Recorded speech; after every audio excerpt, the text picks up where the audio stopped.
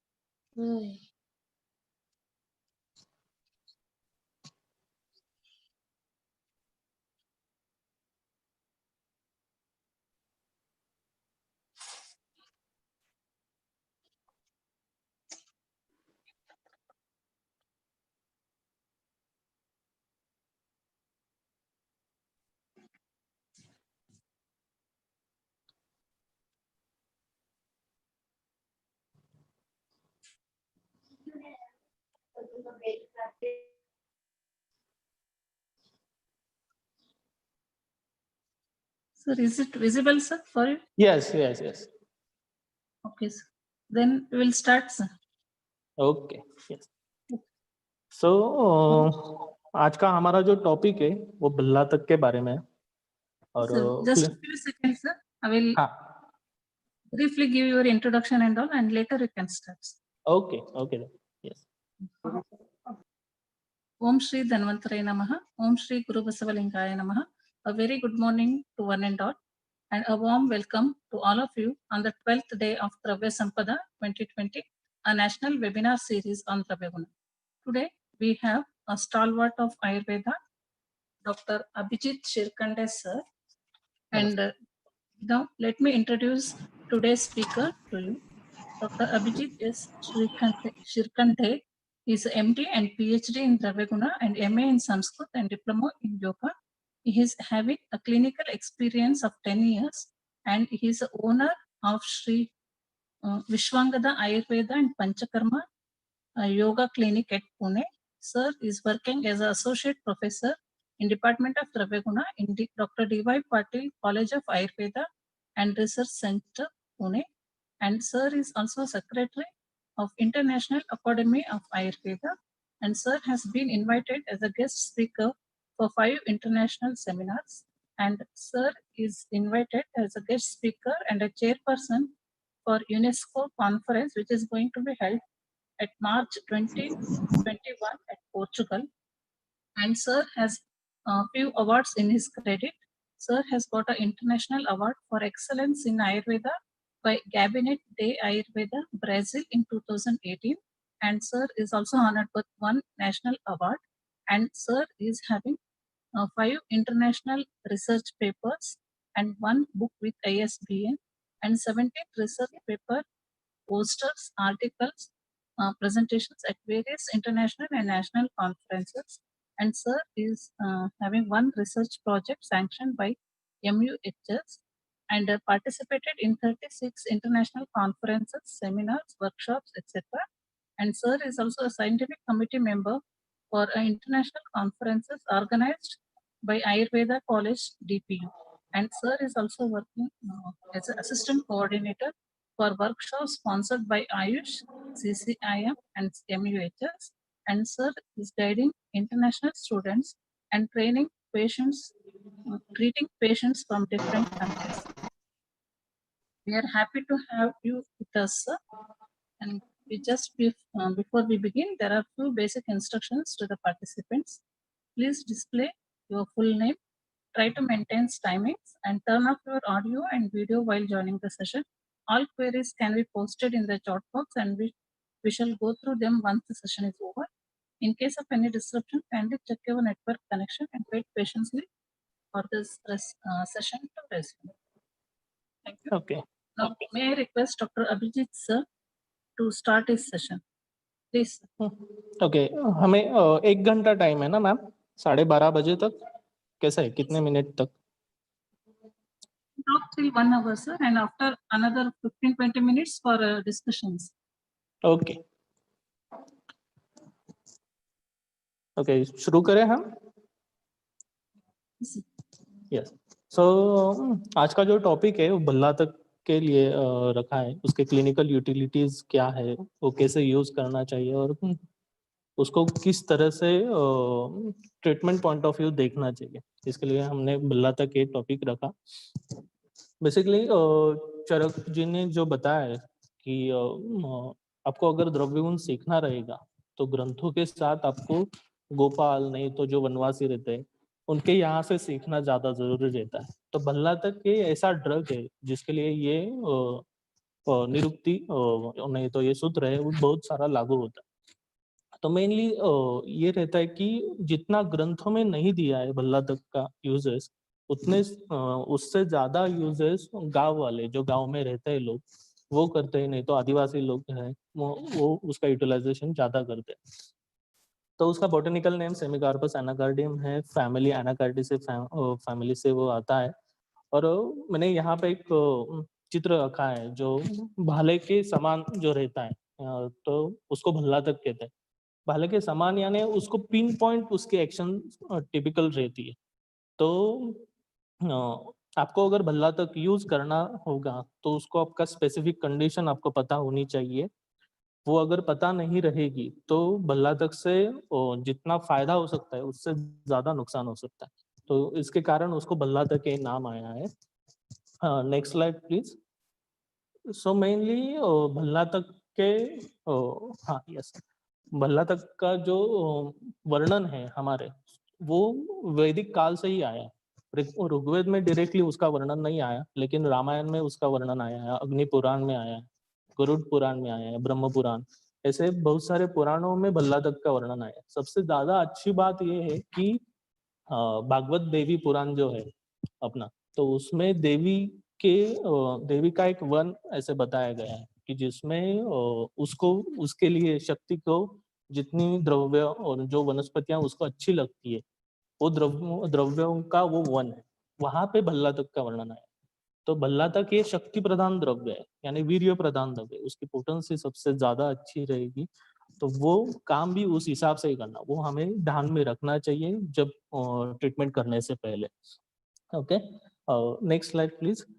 सो उसके पर्याय के बारे में जो बताया गया है कि भल्ला तक यानी जो भेदन करता है, नहीं तो मल को भेदन करने वाला जो रहता है भाले के समान रहता है, इसके कारण इसको भल्ला तक कहते हैं।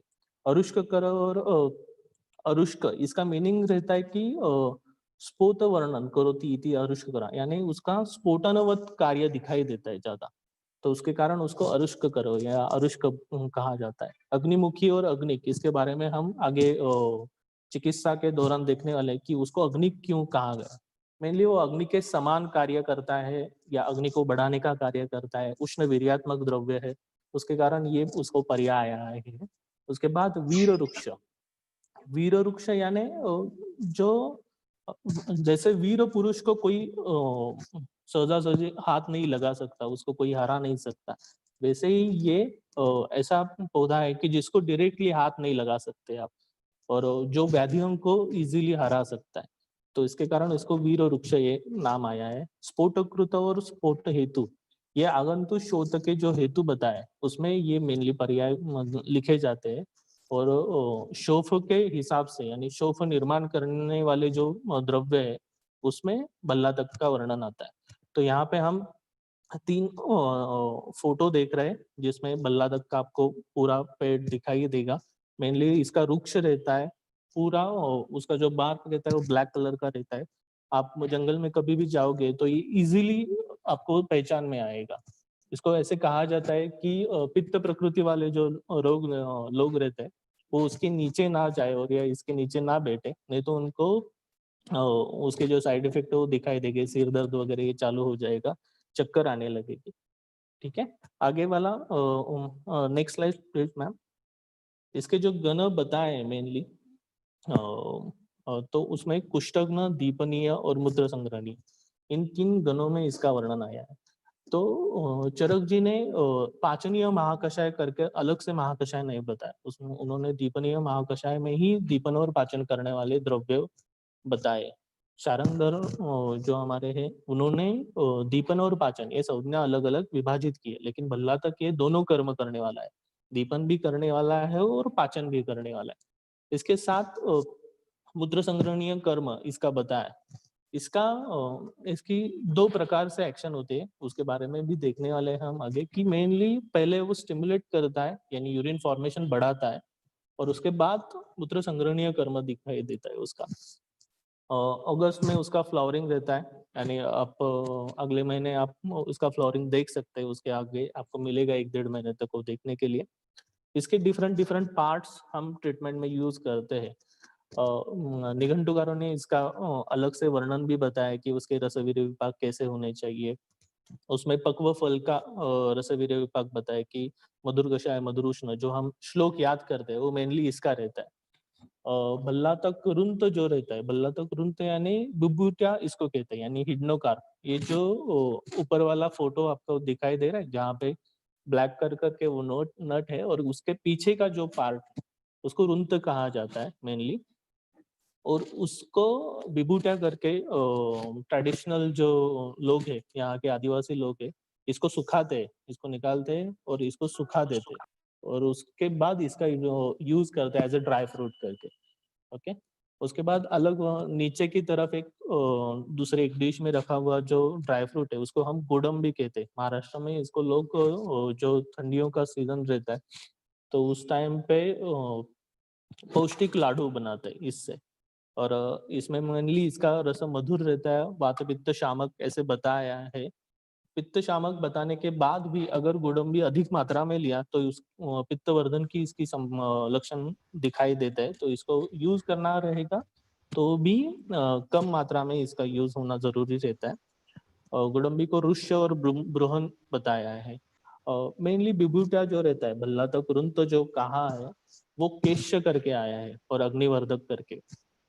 तो अलग अलग जो पार्ट है इसके, भल्लातक फ्लावर भी यूज होता है, बार्क भी यूज होता है और जो मेनली नट रहता है मार्किंग नट वो भी इसको उसका भी यूज रहता है। तो वो कैसे कैसे यूज करना है वो सभी हम आगे क्लिनिकल पॉइंट ऑफ व्यू देखने वाले।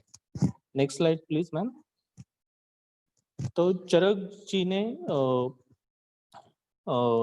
ने मेनली प्राणकामीय जो रसायन पात बताया। मैम नेक्स्ट स्लाइड, तो बच्चों को इजी रहेगा। प्राणकामीय जो रसायन बताया है तो उसमें इसका वर्णन आया है। यस, तो मेनली प्राणकामीय रसायन पाद जब आप पढ़ोगे तो भल्लातक रसायन किस चीज में हम यूटिलाइज कर सकते हैं, तो उन्होंने कहा है कि आयुष्यवर्धक है, आरोग्य कारक है, वयस्थापक भी उसका वर्णन बताया, स्थैर्यकर है और इससे इसके अलावा और एक वर्णन बताए हो मांस शैथिल्य नाशक। ऐसे श्लोक में ही डायरेक्टली वर्णन है। तो जहां जहां शैथिल्य प्रधान संप्राप्ति रहेगी मेनली वो पांडु में दिखाई देती है, प्रमेय में दिखाई देती है, उस कंडीशन में भल्लातक का यूज होना ही चाहिए। ठीक है, संग्रहण काल के हिसाब से उन्होंने बताया कि अनुपहत यानी जहाँ पे जिस फ्रूट को आघात नहीं हुआ है वो हमें लेना है एज अ द्रव्य करके। ऐसे उन्होंने क्यों कहा है कि मेनली अभी पिछले महीने ही पाटन सर करके एक बड़े वैद्य है पुणे के ही, उनका लेक्चर हुआ था। उन्होंने कहा था कि जब वनस्पति को किस प्रकार का आघात होता है वो उसका वीर्य जो रहती है वो अपने आप खींच लेती है। तो जो हम फ्रूट लेंगे उसको वीर्य प्रदान नहीं रहेगा, सिर्फ वो द्रव्य दिखाई देगा लेकिन उसके गुण उस हिसाब से अच्छे नहीं दिखाई देते। तो चरक जी ने उसके लिए ही उन्होंने कहा है कि जहाँ पे आघात नहीं हुआ है ऐसा ऐसा ही फ्रूट हमें लेना है। और ज्येष्ठ और आषाढ़ काल में इसका कलेक्शन करना है मेनली मई जून में, तो फ्रूटिंग इस सीजन में मिलती है हमें। इसके बाद उन्होंने भल्लातक क्षीर कल के कल्पना एक रसायन करने के हिसाब से बताई, जहाँ पे 10 भल्लातक से स्टार्ट करके वो बढ़ाते जाना है 30 तक और उसके बाद वो रिवर्स फॉर्म में आना है 10 तक। तो क्षीर के साथ उसका क्षीरभाग कल्पना लेने के लिए कहा है। लेकिन अभी रूटीन में हम ये नहीं कर सकते क्योंकि हमारे अभी जो खाने पीने की अभी जो लाइफस्टाइल बताई गई है, नहीं तो हम जो फॉलो कर रहे हैं, वहाँ पे अगर हमने बल्ला तक 10 मात्रा से चालू की तो उससे ज्यादा तकलीफ ही दिखाई देती है। तो उतने वीर्यवान हम भी नहीं रहे हैं मेनली ज्यादा, तो हमें एक से नहीं तो आधे से चालू करना पड़ता है पेशेंट को, और उस हिसाब से उसको वर्धमान मात्रा में हम उसका यूज कर सकते हैं। उसके बाद 10 भल्ला तक जो योग बताया है, 10 भल्ला तक, उसमें भल्ला तक सर्पी, क्षीरक, शौद्र, गुड़, इन सभी का वर्णन बताया। उसके बाद एक स्पेसिफिक एक सूत्र आता है जिसको हम हर चिकित्सा के हिसाब से देख सकते हैं कि वहां पे उन्होंने कहा है कि कफज और विबंध के जो व्याधि रहेंगे, यानी कफ प्रधान जो व्याधि रहेंगे, उसमें भल्ला तक यूज करना ही है, और विबंध ऐसा कोई भी नहीं है जिसको भल्ला तक नष्ट नहीं कर सकता। तो कफ और विबंध प्रधान जो व्याधि रहेंगे वहां पे भल्ला तक का यूज करना ही है। ठीक है। उसके बाद भल्ला तक जब भी हम यूज करेंगे तो भल्ला तक की शुद्धि पहले होनी चाहिए। अगर भल्ला तक विदाउट शोधन हमने यूज किया तो उसके ज्यादा तकलीफ दिखाई देती है। तो उसके शोधन की डिफरेंट डिफरेंट प्रोसीजर्स बताई है। उसमें जो कॉमन प्रोसीजर्स है, उसको विटकरी चूर्ण के साथ 7 दिन तक खरल किया जाता है। हर हर रोज वो विटकरी चूर्ण बदल दिया जाता है। उसके बाद जल धावन करके गोदुग्ध के साथ उसका स्वेदन किया जाता है। कहीं पे वो 3 प्रहर होता है, कहीं पे वो 9 प्रहर तक बताया। हम जो क्लिनिक में करते हैं वो मेनली डायरेक्टली गोदुग्ध के साथ उसका स्वेदन किया जाता है दोला यंत्र पद्धति से। यानी पहले मार्केट से नहीं तो डायरेक्टली फील्ड से गलबल्ला तक के जो बीज रहते हैं वो लाए जाते हैं। उसके बाद वो धावन करके अच्छी तरह से दोलायंत्र पद्धति से 9 प्रहर तक उसका शोधन होता है रिपीटेडली।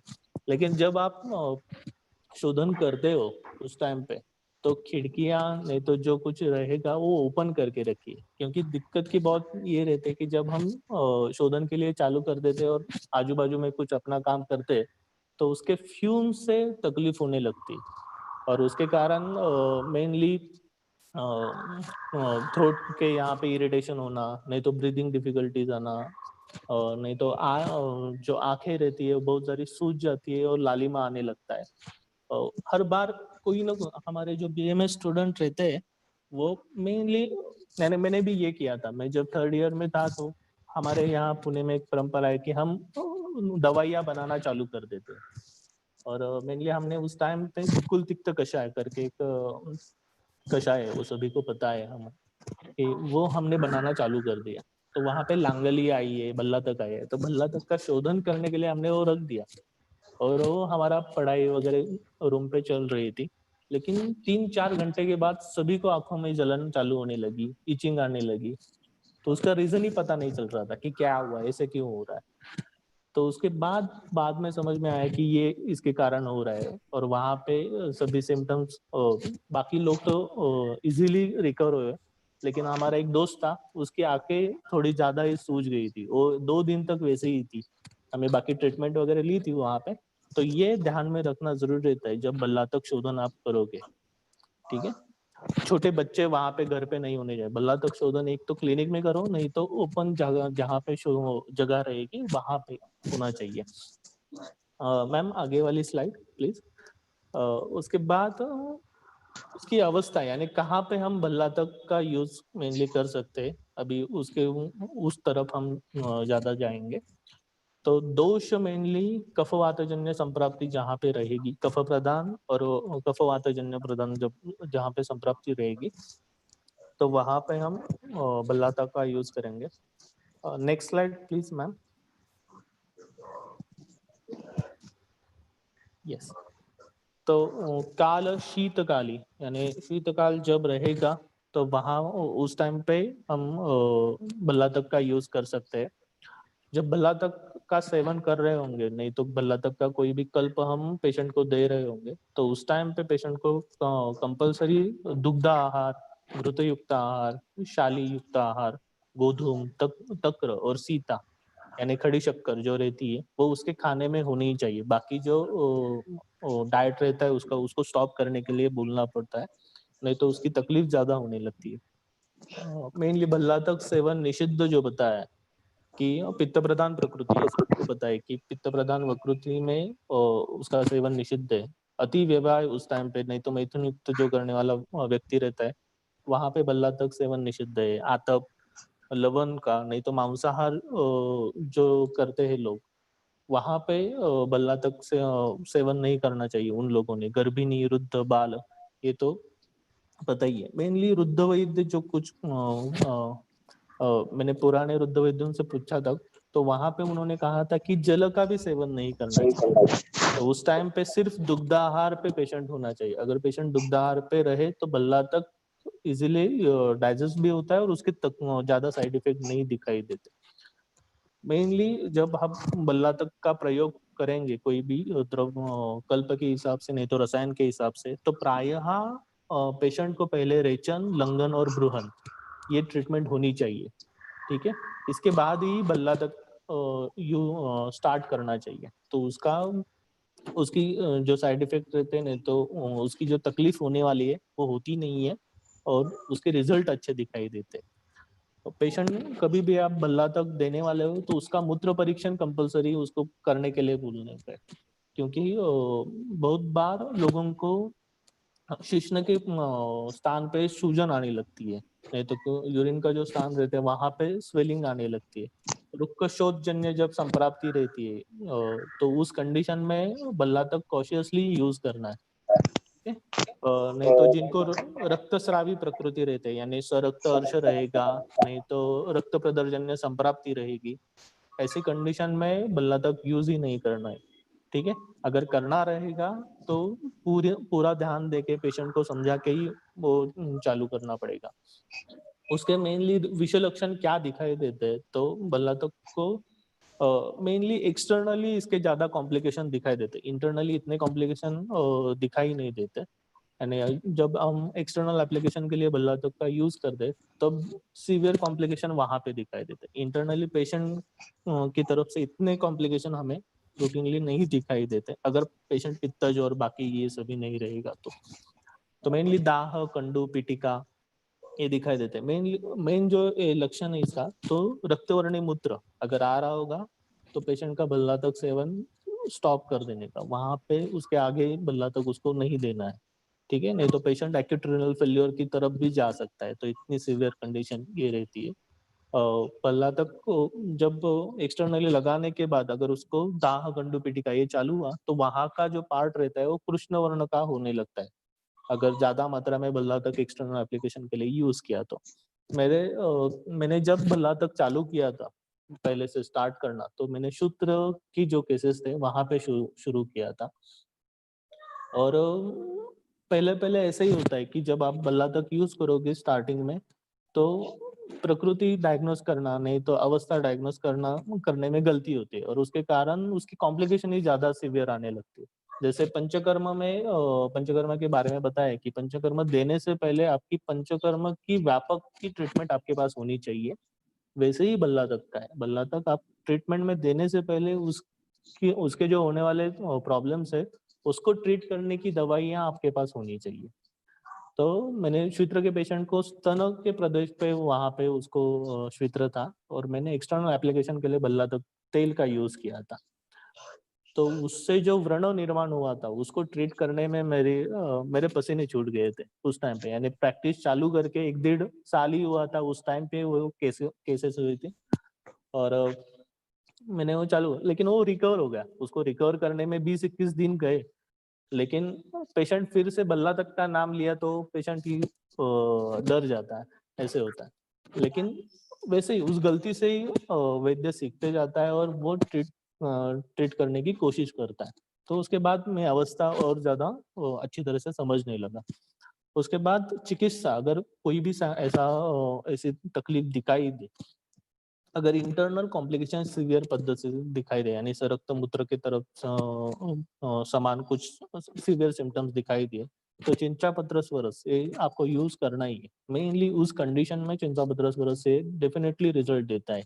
बाकी नारिकेल जेल, नारिकेल दूध, अभ्यंग नारिकेल तेल का करना, ये गोपी चंदन का लेप एक्सटर्नली आप लगा सकते हैं।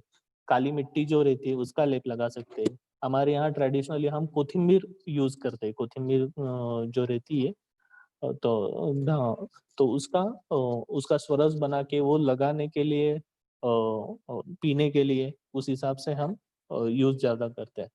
तो ये सभी हमारे पास साधन होने चाहिए, ट्रीटमेंट का व्यू होना चाहिए, उसके बाद ही हम बल्ला तक की ट्रीटमेंट आगे की तरफ सोच सकते हैं। ठीक है, मैम नेक्स्ट स्लाइड प्लीज। यहाँ पे मैंने हमारे जो आचार्य सर है वहाँ उन्होंने एक रिसर्च पेपर लिखा था, तो वहाँ के फोटोज मैंने लिए कि वो समझने के लिए कि बल्ला तक के ब्लिस्टर्स किस तरह फॉर्म होते हैं, और वहाँ पे उन्होंने नीमबक की पेस्ट यूज की थी और उसका ट्रीटमेंट कैसे किया था उसके बारे में वो रिसर्च पेपर है, आप डेफिनेटली पढ़िए क्योंकि उन्होंने वहाँ पे डिटेल सभी उसके बारे में बताया है। Ma'am next slide. यस, तो भल्ला तक सेवन, अभी हमने अगर पेशेंट को भल्ला तक दे दिया तो वो सम्यक योग दे रहा है, यानी उस प्रकृति को वो सूट हो रहा है या नहीं हो रहा है, उस पेशेंट को सूट हो रहा है या नहीं हो रहा है, वो कैसे समझ में आएगा। तो एक तो साइड इफेक्ट नहीं दिखाई देंगे, वो तो सही बात है, लेकिन उसकी शुद्धावर्धन होना चाहिए, उसका शुद्धावर्धन अच्छी तरह से हो रहा होगा तो भल्ला तक उसका सम्यक योग दिखा रहा है। और उसके बाद पीतवर्णी मल प्रवर्तन होता है उसका, यानी टिपिकल पीतवर्णी मल प्रवर्तन चालू होने लगता है बल्ला तक सेवन के बाद। तो वो अगर हो रहा होगा तो हम जो जिस अवस्था में यूज कर रहे हैं वो अवस्था में वो कार्य कर रहा है, ऐसे समझना चाहिए। ठीक है, मेनली महास्रोतस के ऊपर बल्ला तक का जो कार्य रहता है वो कार्य एकदम अच्छी तरह से दिखाई देता है। तो महास्रोतस में आमाशय और उत्तर गुद के ऊपर उसका कार्य ज्यादा रहता है, उत्तर गुद यानी रेक्टम का जो पार्ट रहता है वहां पे उसका कार्य अच्छी तरह से दिखाई देता है।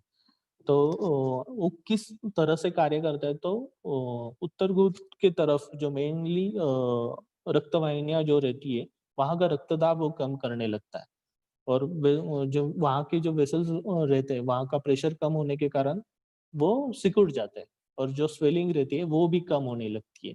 तो उसके कारण गुदो का जो गुदो मर्म जो है वो सीरा मर्म बताया, उसको बल मिलने लगता है, और वो बल मिलने के कारण वहां पे मल का संचय नहीं होता, मल आने के बाद वो बाहर निकालने का कार्य इजिली होने लगता है। तो उसके कारण अर्श में जो जहाँ पे ऐसी संप्राप्ति रहेगी वहां पे मेनली बल्ला तक को अग्रगण्य बताया है, यानी शुष्क अर्श में यूज करना है, लेकिन ऐसी इस प्रकार की संप्राप्ति जब रहती है तो वहां पे मेनली इसका यूज ज्यादा अच्छी तरह से हम कर सकते हैं। त्वचा के ऊपर इसका कार्य स्पेसिफिक दिखाई देता है, मेनली इस बल्ला तक ऑयल का जो एक्सचेंज रहता है वो थ्रू स्किन होता है, और जब स्किन के थ्रू जब वो बाहर निकलने लगता है तो पेशेंट को कुछ ठराविक सिम्टम जो रहते हैं वो दिखाई देते हैं, वो मेनली उष्ण यानी हॉट सेंसेशन उसको समझ में आने लगता है, या उसके बाद श्वेत प्रवर्तन उसका अधिक दिखाई देता है, कंडू कभी कभी आ सकता है पेशेंट को, रक्त वर्णता स्किन की तरफ आ सकती है, लेकिन यही चीज रहती है वो श्वित्र के लिए कारगर रहती है, यानी श्वित्र की जो संप्राप्ति रहती है यहाँ वहां पे श्वेत वैवर्ण्य आने लगता है और कफ बाहुल्य मेनली वो व्याधि रहता है। तो इस कंडीशन में त्वचा का वर्ण अच्छी तरह से करना और उसकी कांति वर्धन अच्छी तरह से करना, ये कार्य शूद्र में बल्लातक अच्छी तरह से करता है, लेकिन ठराविक यानी कॉशियसली हमें वहां पे भी यूज करना पड़ता है, उसकी मात्रा भी हमें कैलकुलेट करनी पड़ती है। उसके बाद मूत्र के ऊपर इसका कार्य स्पेसिफिक रहता है, यानी जैसे मैंने बताया कि पहले मूत्र संग्रहणीय महाकषाय में इसका वर्णन बताया, लेकिन मूत्रपिंड जो रहता है यानी किडनी में मेनली जाने के बाद तो वो फर्स्टली मूत्र की उत्पत्ति बढ़ाता है, ठीक है, यानी स्टिमुलेट करता है, उसके कारण उसको बाहर निकालने के लिए वो जो कंटेंट रहता है वो बाहर निकालने के लिए यूरिन फॉर्मेशन ज्यादा होने लगता है, और उसके बाद उसका मूत्र संग्रहणीय कर्म दिखाई देता है। तो पेशेंट को अपने अगर भल्ला तक यूज किया तो पहले 3-4 दिन तक मूत्र संग्रहणीय कर्म दिखाई नहीं देगा, उसके बाद ही वो दिखाई देता है। ठीक है, तो वो आपको ध्यान में रखना पड़ेगा। तो ये कार्य हमें मेनली देखना पड़ता है प्रमेह की चिकित्सा में। उसके बाद तीव्र अगर मात्रा में तीव्र कार्य उसका दिखाई दिया तो सरक्त मूत्र प्रवर्तन, जैसे हमने बताया कि उसका साइड इफेक्ट में बताया वैसे, तो सरक्त मूत्र मूत्र प्रवर्तन वहां पे दिखाई देता है। शिश्न के ऊपर भी इसका कार्य है स्पेसिफिक।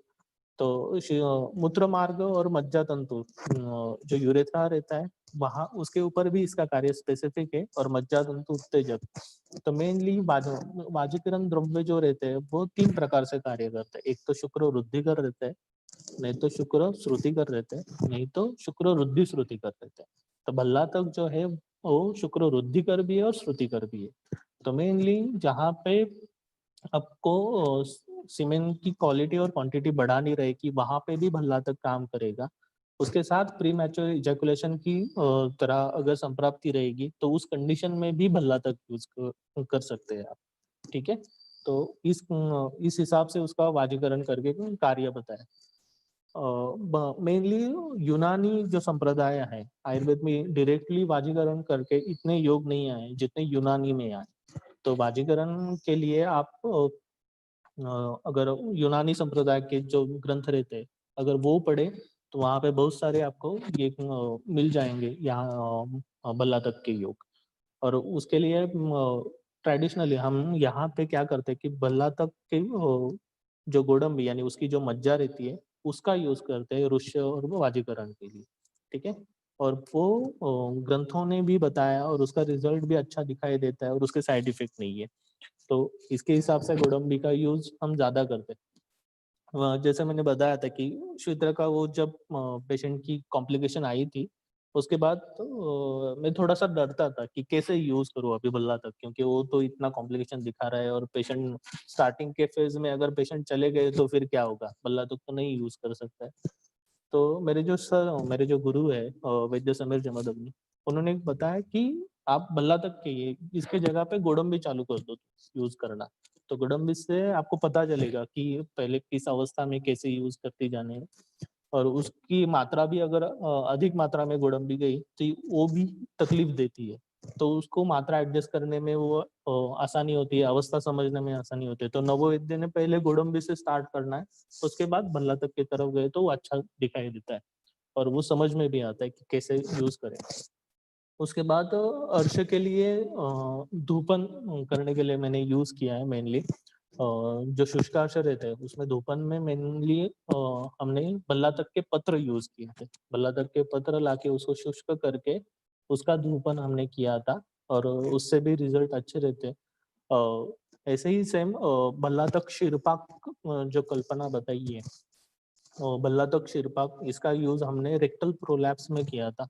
फर्स्ट डिग्री नहीं तो सेकंड डिग्री जो रेक्टल प्रोलैप्स रहता है उस कंडीशन में हमने भल्ला तक शिरपाक दिया था, लेकिन एकांतिक वही ड्रग दिया था ऐसे नहीं था। उसके साथ हमने प्रवाल पंचामृत और मुस्ता, प्रवाल पंचामृत जो अपना अर्कभावित रहता है उसका यूज किया था और मुस्ता और मंजिष्ठा ये भी था ये ड्रग। तो ये फॉर्मुलेशन हमने यूज करके रेक्टल प्रोलैप्स में इसका रिजल्ट अच्छा दिखाई देता है। मेनली ग्रंथक तो जो हमारे ये है कि चांगेरे सिद्ध घृत, इसका मूषक सिद्ध घृत, इसका भी रिजल्ट है, लेकिन आपको वो उसके जगह पे अगर दूसरा यूज करना रहेगा तो आप ये कॉम्बिनेशन यूज कर सकते हैं।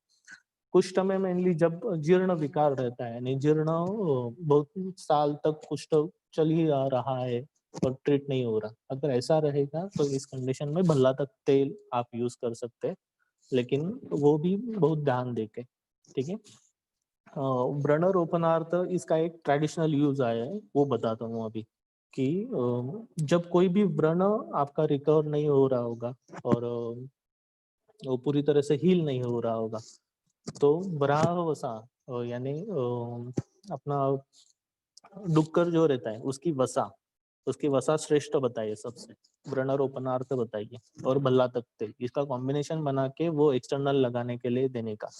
और ये मैंने बुक में भी पढ़ा है और मेरे जो दादाजी थे तो वो गांव में रहते थे। तो वो क्या करते थे, वो खेती बाड़ी करने वाले आदमी थे और हमारा एक बैल था उसके पाँव में लगा था और उसका जो पाँव में लगने के बाद उसकी जो उसकी वूंड थी वो हील नहीं हो रही थी अच्छी तरह से। तो उन्होंने एक कॉम्बिनेशन यूज किया था उस टाइम पे और 2-3 द्रव्य उन्होंने डाले थे, लेकिन मेनली वरावसा और भल्ला तक तेल इसका ये कॉम्बिनेशन वहां पे उन्होंने यूज किया था और उसके रिजल्ट अच्छे दिखाई दिए थे हमें। उसके बाद तो लिम्फेडिनोपैथीज जो रहती है वहां पे मेनली भल्ला तक का यूज अच्छी तरह से कर सकते हैं। मेनली इन्फेक्टिव फोकस रहेगा, नहीं तो ऑटोइम्यून जैसे कॉम्बिनेशन ये रहेंगे सिम्टम्स रहेंगे, नहीं तो कैंसर के कुछ केसेस में लिम्फेडेनोपैथीज हमें दिखाई देते हैं। वहाँ पे एक स्पेसिफिक फॉर्मुलेशन में बताता हूँ जो हम ट्रेडिशनली यूज कर रहे हैं। तो वहाँ पे हम बल्ला तक यूज कर सकते हैं। 2 पार्ट बल्ला तक लेना है, वहाँ पे कज्जली 1 पार्ट लेनी है और अजमोदा जो रहता है वो 2 पार्ट लेना है। इसको मधु के साथ आप पेशेंट को देना है। कंटिन्यू 21 दिन तक वो पेशेंट को देना है, उसके बाद रोकना है 10 दिन तक, उसके बाद फिर से चालू करना है अगर ज़रूरत पड़ी तो। मेनली सीए लंग्स जो रहता है, नहीं तो बक्कल मिकोजा का जो सीए रहता है, तो मैक्सिलरी सीए जो रहता है, उस कंडीशन में ये दवाइयाँ ज़्यादा अच्छी तरह से काम करती है और इन्फेक्टिव फोकस कम करना, स्वेलिंग कम करना, इसके हिसाब से ये कार्य अच्छा करता है। उसके बाद मज्जा तंतु के हिसाब से, मज्जा तंतु के ऊपर इसका उत्तेजक कार्य कार्य दिखाई देता है। उसके कारण वात व्याधि में इसको बहुत ज़्यादा यूज़ किया है। तो वात व्याधि की जो मेनली गुरुद्रसी, मज्जा तंतु शोथ यानी न्यूराइटिस जैसे सिम्टम्स दिखाई दे रहे होंगे। पक्षाघात का अगर पेशेंट रहेगा, अर्दित का पेशेंट रहेगा, तो यहाँ पे हम बल्ला तक का शीरपाक कल्पना यूज़ कर सकते हैं, नहीं तो एक बल्ला तक का लड्डू हम करते हैं। उसको उसका जो फॉर्मुलेशन है वो मैं आगे देने वाला हूँ आपको, कि गोडम्बी रहते हैं उसका ही कॉम्बिनेशन बना के एक लड्डू किया जाता है और वो दिया जाता है। और उसके कारण बल भी अच्छी तरह से मेंटेन होने लगता है। जो मांस शैथिल्य, जैसे मैंने बताया था कि चरक जी ने रसायन अध्याय में बताया कि मांस धातुगत शैथिल्य जब आने लगता है तो बल्ला तक का यूज होना जरूरी है। तो उस हिसाब से यहाँ पे अच्छा कार्य करता है, मांस मज्जा संबंध अच्छी तरह से बढ़ाता है। तो मेनली पैरालिटिक जो पेशेंट रहते हैं वहाँ पे सेंसेशन भी अच्छी तरह से काम होने लगता है और मोटर रिफ्लेक्सेस भी अच्छी तरह से बढ़ने लगते हैं। जो मेनली बुद्धिजीवी लोग रहते हैं, यानी बुद्धिजीवी लोग यानी हम अभी, क्योंकि हमारी जो पहली पीढ़ी थी वो बहुत ज्यादा कष्ट करने वाली थी, यानी खेती बाड़ी करने वाले लोग थे। लेकिन हमारी अभी की जो 21 सेंचुरी की जो पीढ़ी है, तो कंटिन्यू डेस्क के ऊपर बैठ के कंटिन्यू स्ट्रेस में, नहीं तो बुद्धि के हिसाब से ही कार्य करने वाले, तो वो कार्य करने के बाद पेशेंट को थकावट आने लगती है, यानी थोड़ा बहुत थकने, सिर दुखना यानी दौर्बल्य आना, मज्जागत दौर्बल्य आने लगता है। इस हिसाब से अगर पेशेंट दिखाई दिए तो वहां पे गोडम्बी का यूज करना ही है। वहां पे स्पेसिफिक कंडीशन है गोडम्बी यूज करने की। ये देने के बाद पेशेंट को इसके साथ आप मखाना यूज कर सकते हैं, यानी कमल के बीज जो है इसका कॉम्बिनेशन में यूज कर सकते हैं, तो ये टिपिकल रिजल्ट देता है। 2 मिनट।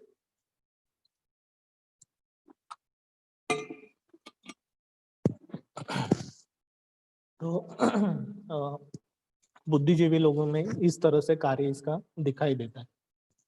उसके बाद मेनिंजाइटिस की जो कंडीशन रहती है, वहां पे मैंने एक पेशेंट को दवाई दी थी, वो मैं बताता हूँ कि इसका रिजल्ट अच्छा दिखाई दिया था। उसमें हमने बल्ला तक यानी बल्ला तक का तेल, नहीं तो गोडम्बी आप यहाँ पे यूज कर सकते हैं। उसके साथ चिंता पत्र, रसोन और विडंग, ये नारिकेल दूध और खड़ी शक्कर के साथ देना है। तो इस स्पेसिफिक कंडीशन में भी इसका अच्छा इन्फेक्टिव मेनिंजाइटिस भी रहेगा, तभी भी ये कार्य अच्छा कार्य करता है। Next slide ma'am.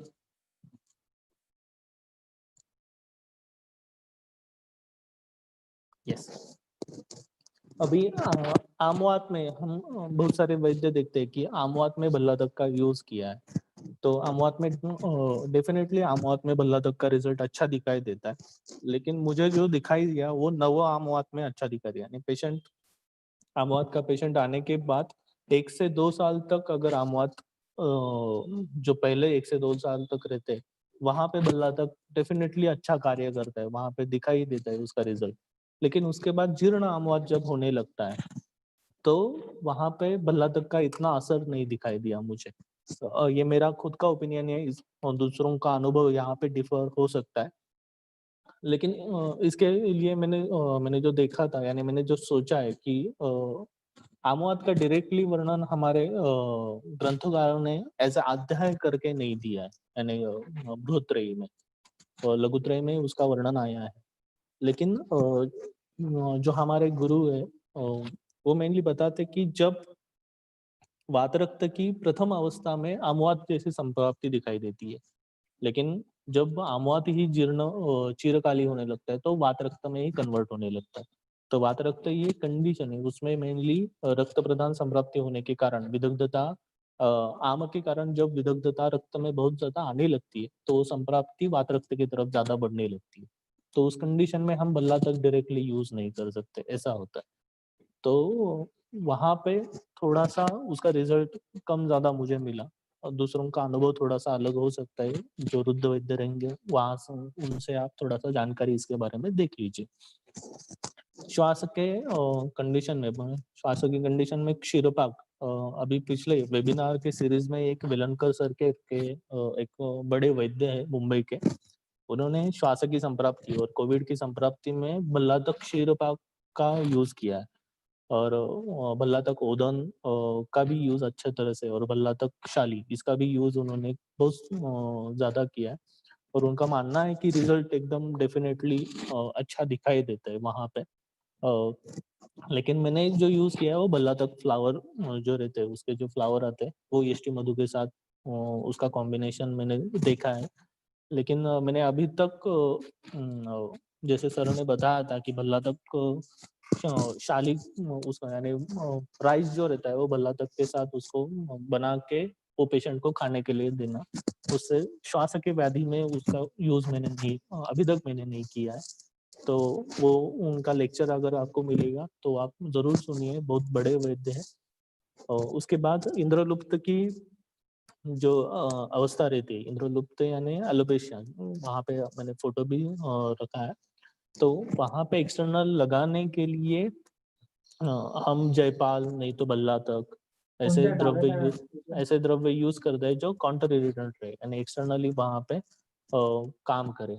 और वो मधु के साथ हम भल्ला तक का यूज़ कर सकते हैं। अगर आपको भल्ला तक छोटा बच्चा रहेगा और उसको ये सिम्पटम्स दिखाई दे रही होंगी, तो डायरेक्टली भल्ला तक का यूज़ ना करते हुए भल्ला तक पत्र का यूज़ कीजिए। उसका भी रिज़ल्ट अच्छी तरह से दिखाई देता है। भल्ला तक पत्र, तुलसी पत्र का भी यहाँ पे अच्छा कार्य दिखाई देता है। वाजीकरणार्थ नो डाउट हमने जैसे पिछली बार ये देखा था कि बल्ला तक हाँ, बल्ला तक पत्र के बारे में मेरा एक बताना रह गया कि जो थ्रोट सीए रहता है, तो थ्रोट सीए में बल्ला तक पत्र का बहुत अच्छा कार्य रहता है। बल्ला तक पत्र का स्वरस बना के वो पीने के लिए देना और साइमल्टेनियसली एक्सटर्नल एप्लीकेशन के लिए वहाँ पे बल्ला तक पत्र से उपनाश्वेत की तरह वो लगाना, तो उसका भी अच्छा कार्य दिखाई देता है। बल्ला तक पत्र के बारे में ये बताना मैं भूल गया। उसके बाद पीसीओएस की जो कंडीशन रहती है, पॉलिसिस्टिक ओवेरियन सिंड्रोम जो है, तो वहाँ पर ऐसे इनफर्टिलिटी के केसेस हमारे पास आते हैं जब बल्ला तक अगर पेशेंट बहुत ज़्यादा ओबेस रहेगा, पीसीओएस की तकलीफ ज़्यादा सीवियर रहेगी, उसके बाद इनफर्टिलिटी की उसमें चांसेस ज़्यादा सीवियर बढ़ते होंगे उसके रीज़न से। तो बल्ला तक घृत हमने बना के उसका यूज़ किया है वहाँ पे। भला तक आसव का यूज़ किया है, ठीक है? ये 2 फ़ॉर्मूलेशन है, डिफरेंट कल्प है, वो वहाँ पे हमने यूज़ किए स्पेसिफिक कंडीशन में और उसके रिज़ल्ट अच्छे दिखाई देते हैं। ओव्यूलेशन फॉर्मेशन अच्छी तरह से होता है मेनली, और वेट भी उस पेशेंट का कम होने लगता है, क्षुधा प्राकृत होने लगती है, रस धातुगत जो आम रहता है, वो भी अच्छा पच जाता है। तो इसका स्पेसिफिक ये कंडीशन है जहाँ पे हम भल्ला तक घृत और भल्ला तक आसव यूज़ कर सकते हैं। उसके बाद ग्रंथकारों ने मेनली सूतिकागर जो बताया, सूतिका अवस्था में सूतिका को कहाँ पे रखना चाहिए, तो वहाँ पे भल्ला तुक के लकड़े का वर्णन आया है। तो नो डाउट सूतिकागर बनाते समय अभी तक ऐसे सेपरेट सूतिकागर बनाए नहीं गए, लेकिन फ्यूचर में जब बनाए जाएंगे, नहीं तो घर पे अगर कोई पेशेंट रहेगा जिसकी अभी अभी डिलीवरी हुई है, तो उसके उसका जो बेड रहेगा उसके नीचे आप बल्ला तक का लकड़ा ला के रख सकते हैं, प्रभाव से भी वो उसका कार्य अच्छी तरह से बन सकता है। नहीं तो उसका जो बेड रहेगा वो बल्ला तक के लकड़े से ही बना दीजिए। तो मेनली सूतिका अवस्था में तीव्र वात प्रकोप होता है और वो वात प्रकोप कम करने के लिए बल्ला तक कार्य अच्छी तरह से कार्य करता है। तो उसकी वजह से ग्रंथकारों ने सूतिकागर की जगह बनाते समय बल्ला तक के लकड़े का यूज बताया है। उसके बाद बल्ला तक शेवता, हाँ, ये ट्रेडिशनल एक मेथड है जो हमारे यहाँ महाराष्ट्र में की जाती है। आई थिंक यूपी और बाहर की जगह स्टेट में भी ये होती होगी। बल्ला तक शेवता यानी क्या रहता है कि बल्ला तक का जो नट रहता है वो लाके फोर्सेप में पकड़ने का और डायरेक्टली गैस के ऊपर उसको जला देने का। तो वो लगाने के बाद ड्रॉप बाय ड्रॉप उससे ऑयल निकलने लगता है। अंदाजन से एक बल्लादक से 8 से 10 बूंदे निकलती है अच्छी तरह से, ठीक है? तो वो कलेक्ट करने की और वो पेशेंट में यूज करने का, वो एकदम ट्रिमेंडस देने वाला और कम से कम प्राइस में मिलने वाली ये बहुत बड़ी दवा है। तो वो देने से पहले पेशेंट का मुख जो रहता है वो घृतलिप्त करना चाहिए, जो ग्रंथकारों ने बताया। उसको गोदुग्ध में रखा, नहीं तो गोदुग्ध के साथ अगर बल्ला तक का सेवन यूज किया तो उसके रिजल्ट अच्छे दिखाई देते। उसकी अवस्था कौन सी रहती है तो मेनली अग्निमांद्य, नहीं तो ग्रहणीजन्य संप्राप्ति, श्वास की संप्राप्ति जो रहती है, अस्थमेटिक कंडीशन जो रहती है, कास, वातज कास टिपिकल रहे, नहीं तो वात कफज कास रहे, उसमें कृमि की कंडीशन में मेनली हुकवर्म्स जो रहते हैं उस कंडीशन में बल्ला तक के सेवता का यूज अच्छी तरह से कार्य होता है। उसके साथ लंग डिसऑर्डर और अस्थमा, इसमें ग्रंथकारों ने हरिद्रा और सीता के साथ इसको देने के लिए कहा है। लेकिन जो गाँव में दिया जाता है रूटीनली, आप अगर छोटे गाँव में आप जाओगे तो वहाँ पे बल्लातक सेवता ये दूध के साथ डायरेक्टली लेने के लिए छोटे बच्चों को दिया जाता है। तो मेनली श्वासकाजन्य संप्राप्ति रहती है उसमें वो यूज करते हैं। कॉलरा के केसेस में भी इसका यूज अच्छी तरह से होता है। उसके बाद चिंचा बल्ला तक करके एक कॉम्बिनेशन बताया कि वहाँ पे हम चिंचा पत्र, नहीं तो चिंचा जो अच्छा चिंच रहती है वो बल्ला तक और कांदा, कांदा यानी ऑनियन जो रहता है वो स्वरस, उसका स्वरस निकाल के वो सभी एक दूसरे के साथ मिक्स करना अच्छी तरह से और उसकी गोलियां बना के वो विसुचिका, नहीं तो अमातिसार, ग्रहणीजन्य यानी महास्रोतस की तरफ से जब संप्राप्ति सीवियर अग्निमांद्य की तरफ झुकने लगेगी तो वहां पे चिंचा बल्ला तक अच्छा कार्य करता है। उसके बाद बल्ला तक परपटी, कृषि शास्त्र में जब आप परपटी कल्पना बनाते हो वहां पे उस टाइम पे बल्ला तक परपटी भी बताई है। तो बल्ला तक परपटी ये मेनली बल्ला तक के हिसाब से बनाने के लिए कहा है, लेकिन हमने वहां पे उसमें थोड़ा सा चेंज किया है कि हम वहाँ पे गोडम्बी यूज करते हैं। गोडम्बी का अगर हमने गोडम्बी एक पार्ट ली तो उसमें गुग्गुल 3/4 पार्ट डाला जाता है। कृष्ण बोल यानी जो कुमारी का बोल रहता है वो हाफ पार्ट उसमें डालने का। उसके बाद कुचला स्ट्रिक्नस नक्सोमी का जो है अपना वो 1/4 पार्ट, और परपटी विधि से इसको परपटी बनाने की।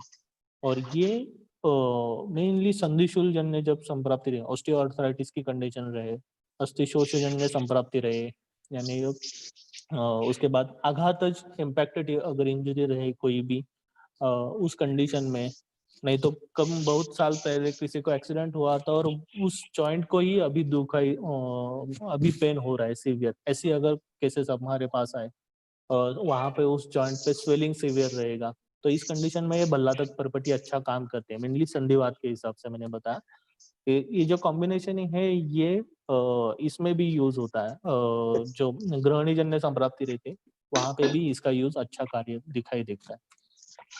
ठीक है, नेक्स्ट स्लाइड मैम।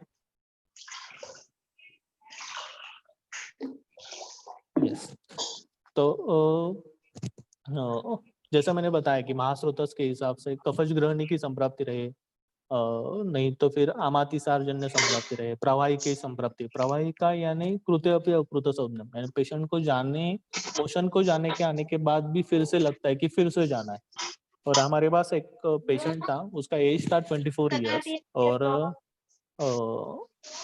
वो ट्राई कर रहा था पुलिस भर्ती जो रहती है ना, पुलिस में एंट्री लेने के लिए वो ट्राई कर रहा था, लेकिन उसको तकलीफ थी वो प्रवाहिका की थी और सीवियर, वो दिन में 20 से 25 बार मोशन को लैट्रिन को जाता था और वो जाने के बाद भी उसको सेटिस्फेक्शन जो रहता है वो नहीं मिल रही थी अच्छी तरह से, और तभी भी उसको पेट में हर बार मुरड़ आना और उसके कारण वेट लॉस हो रहा था और उसका स्टेमिना कम गिर रहा था।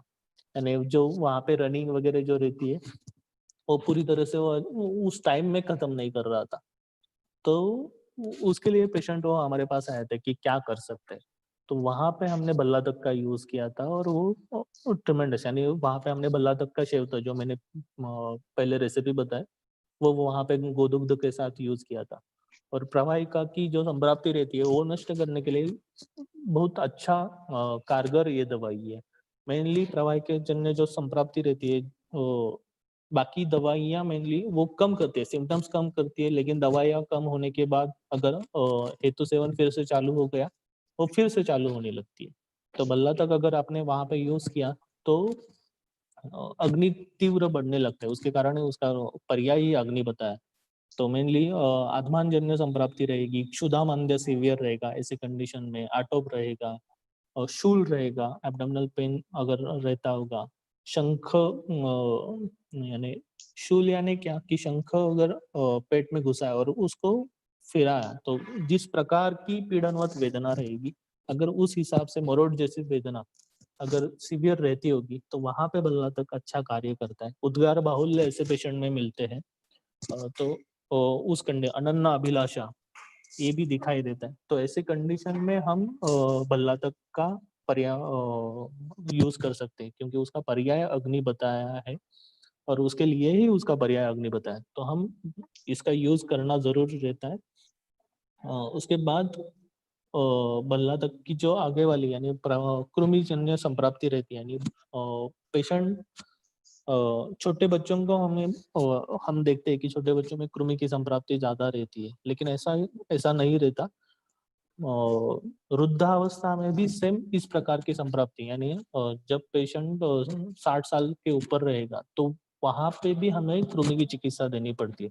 ऐसा क्यों होता है कि मेनली सेनाइल कॉन्स्टिपेशन, यानी एज बढ़ने के कारण जो मूवमेंट्स रहती है वो स्लगिश होने लगती है इंटेस्टाइन की, और वो स्लगिश होने के कारण मल अच्छी तरह से बाहर नहीं निकाल दे सकते हो, और उसके वहाँ कारण मल वहाँ पे कंटिन्यू संचित होने लगता है और क्लेदजन्य संप्राप्ति बढ़ने लगती है। इसके कारण कृमि की उत्पत्ति होती है। इस कंडीशन में वृद्ध अवस्था में भी हमें कृमि की चिकित्सा देनी पड़ती है। तो भल्लातक मेनली कार्य हुआम के ऊपर ज़्यादा अच्छी तरह से करता है। इसके लिए जो हम कॉम्बिनेशन यूज़ करते हैं वो भल्लातक तेल रहता है, 1 से 2 ड्रॉप तक वो यूँ लेने की। उसके बाद बिडंग का चूर्ण जो रहता है, वो उसमें मिक्स करने का, और वो कैप्सूल फिलिंग मशीन रहती है, वो छोटी मशीन रहती है, उसके कैप्सूल बनाने के और पेशेंट को देने के। वो देने के बाद 2 से 3 घंटे के बाद उसका रेचन देना है एक। आप मेनली रेचन कम्पिलक का दे सकते हैं, नहीं तो एरेंडल तेल, कैस्टर ऑयल जो रहता है, उसका रेचन दे सकते हैं 2 से 3 घंटे के बाद। तो वर्म्स की जो संप्राप्ति यानी कृमि की संप्राप्ति रहती है, वो नष्ट करने के लिए ये दवाई कारगर रहती है।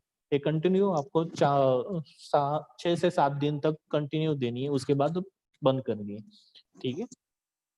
उसके बाद आप विडंगारिष्ट की तरफ जा सकते हैं कि ये बंद करने के बाद जो फिर से उत्पत्ति ना हो, इसके लिए विडंगारिष्ट वहाँ वहाँ पे आप यूज़ कर सकते हैं। उसके बाद प्रमेहजन्य संप्राप्ति, उदरजन्य संप्राप्ति, वात व्याधि ये जो बताए हैं, तो प्रमेह में नो डाउट प्रभुता, विलंब, उत्रता ये लक्षण दिखाई देता है। वहाँ पे भल्लातक, क्षीरपाक यानी अधिक मात्रा में जब मूत्र प्रवर्तन होने लगता है, क्लेदजन्य संप्राप्ति रहती है, सीवियर धात्वाग्नि मांद्य दिखाई देता है और जाठराग्नि मांद्य भी दिखाई देता है। ऐसी कंडीशन में जब कंटिन्यू अगर यूरिन फॉर्मेशन हो रहा होगा क्लेद की वजह से, तो वो नष्ट करने का कार्य भल्लातक अच्छा करता है। भल्लातक को मूत्र संग्रहण बताया, जैसे हमने चरक जी ने बताया था। महाकषाय में उसका मूत्र संग्रहण या महाकषाय में वर्णन आया। मेनली कषाय रस उष्ण वीर्यात्मक तीक्ष्ण गुण, इसके वजह से वो क्लेद शोषण का कार्य अच्छा करता है। और क्लेद शोषण कार्य अच्छा होने के कारण क्लेद प्रवर्धन, मूत्र से क्लेद ये जो कार्य है वो कम मूत्र को कम करना पड़ता है और वो मूत्र प्रवर्तन वो कम होने लगता है। इस हिसाब से मूत्र संग्रहण या महाकषाय में वो अच्छा कार्य दिखाई देता है, और प्रमेहजन्य जो संप्राप्ति रहती है वहां पे भी इसका कार्य अच्छा दिखाई देता है। तो भल्लातक, क्षीरपाक, इसके साथ अगर बिल्व का प्रक्षेप वहां पे डाला, नहीं तो बिल्व भी क्षीरपाक करते समय डाला, तो उसका रिजल्ट ज्यादा अच्छा दिखाई देता है। अगर एकांतिक भल्लातक यूज किया तो प्रभुता, विलंब, उत्रता ये लक्षण कम करने में अंदाजन से 7 से 10 दिन जाते हैं, लेकिन उसमें अगर बिल्व हमने डाला तो वहाँ पे हम 2 से 3 दिन में ही रिजल्ट वो अच्छा दिखा सकते हैं। तो बिल्व द्रव्य वहाँ पे ऐड करना ज़रूरी रहता है। दूसरा एक कंडीशन रहती है जो वात व्याधि के बारे में हमने पिछली बार की थी, लेकिन और एक कंडीशन है जो पीपीटी में मैंने डायरेक्टली नहीं लिखी है। श्लीपद श्लीपद एक कफ प्रधान व्याधि है। श्लीपद यानी एलिफेंटाइटिस के साथ हम कोरिलेट कर सकते हैं। इस कंडीशन में हम बल्ला तक का यूज करते हैं, मेनली बल्ला तक का सब नहीं तो बल्ला तक का जितना वो ऑयल रहता है, शेवता जो रहता है, उसको हम नित्यानंद रस करके एक ये रस आया है उसके साथ यूज करते हैं और उससे ट्रिमेंडस रिजल्ट दिखाई देता है। अगर उससे रिजल्ट ना दिखाई दे तो हम एक डिफरेंट एक प्रोसीजर रहते हैं जिसको हम पोत लाना कहते हैं। पोत लाना, इसको ट्रेडिशनली हम बोलते हैं कि पोत लाना यानी बल्ला तक जो रहते हैं वो दो दो अंगुली यानी घुटने के नीचे दो दो अंगुली के तरफ लगाते हैं और वहां पे पट्टी बांध देते हैं कॉटन की एक, उसके नीचे दो अंगुली में फिर से पट्टी बांध देते हैं। ऐसे 4 से 5 बल्ला तक लगाते हैं, ठीक है। वो लगाने के बाद पहले 2 दिन में उसको स्वेलिंग आने लगती है और स्वेलिंग आने के बाद वहां पे ऊंड होके वो डिस्चार्ज होने लगता है, सिवियरली डिस्चार्ज होता है। तो वहां पे घबराने की जरूरत नहीं थी, वो डिस्चार्ज अंदाजन से 6 से 7 दिन तक होने लगता है। उसके बाद आप लघुमंजिष्ठ आदि काढ़ा, अमृता गुग्गुल, त्रिफला गुग्गुल और केसर गुग्गुल ये आपने चालू कर दिया तो वो 2 से 3 दिन में वो डिस्चार्ज भी कम होने लगता है और जो स्वेलिंग रहती है वो पूरी तरह से नॉर्मल होने में उसका असर दिखाई देता है। तो मेनली इस कंडीशन में वो उसको हम पोत लाना कहते हैं। भल्ला तक के साथ हम हरिद्रा भी यूज करते हैं। ट्रेडिशनली हमारे यहाँ हरिद्रा भी वहां पे लगाते हैं और सेम बल्ला तक की जगह पे हरिद्रा लगाना और उसको कॉटन से बंद कर देना। तो ऐसे 2-3 अंगुल के साथ लगाया तो 2-3 वूंड वहां पे तैयार होते हैं, लेकिन उससे रिजल्ट ज्यादा फास्ट दिखाई देता है। तो इसका जरूर आप थोड़ा सा एक ट्रीटमेंट में आप यूज करके देखिए, इसका रिजल्ट आपको डेफिनेटली मिलेगा। उसके बाद मैम आगे वाली slide, next slide ma'am. Yes, तो अभी मैं डिफरेंट कल्प बताता हूँ जो डायरेक्टली ग्रंथों में नहीं दी है, लेकिन आप यहाँ पे यूज कर सकते हैं। तो भल्ला तक आंवले जो हम अमृत भल्ला तक आंवले है यूज करते हैं, इससे थोड़ा सा अलग है जो हम बनाते हैं। अमृत भल्ला तक आंवले नो डाउट आप डेफिनेटली उसका भी रिजल्ट अच्छा है, लेकिन ये सिंपल है बनाने में। इसके लिए मैं बताता हूँ कि शोधित भल्ला तक रहता है, उसको एक पार्ट लेना है। उसके बाद 6 पार्ट अपने जो काजू रहते हैं, काजू यानी किन्हीं लोग कुछ वैद्यों ने और कुछ विद्वानों ने उसको नदी भल्ला तक, ऐसे भल्ला तक का एक प्रकार बताया है। उसको काजू को नदी भल्ला तक कह के माना है। वो काजू 6 पार्ट लेने हैं और 10 पार्ट उसमें मेनली मधु नहीं तो गुड़ ये डाल के उसको खल करना है और खल करने के बाद उसका अवलेह प्रदान ऐसा ये होने लगता है और कंटिन्यू आधे से 1 घंटे तक ये खल होने के बाद वो 3 ग्राम तक आप उसकी मात्रा ले सकते हो और TDS यानी दिन में 3 बार इसका यूज कर सकते हो। तो ये बहुत अच्छा कार्य करता है उदरजन्य जब संप्राप्ति रहती है, नहीं तो फिर जो धातुक्षयात्मक संप्राप्ति रहती है यहाँ पे पेशेंट वेट लॉस सीवियर हो रहा है, प्राजक्ष्मजन्य संप्राप्ति जहाँ पे अग्निमांद्य धातुओं में भी है, जाठराग्नि में भी है और आपको बल देने वाली और अग्नि बढ़ाने वाली साइमल्टेनियसली दवाइयाँ देनी चाहिए, उस कंडीशन में ये अच्छा कार्य करता है। उसके बाद भल्ला तक मधु जो है, भल्ला तक मधु यानी क्या, तो सिंपल है कि भल्ला तक तेल लेने का एक पार्ट, वहां पे उसमें 2 गोघृत रहता है अपना, वो 2 पार्ट डालने का।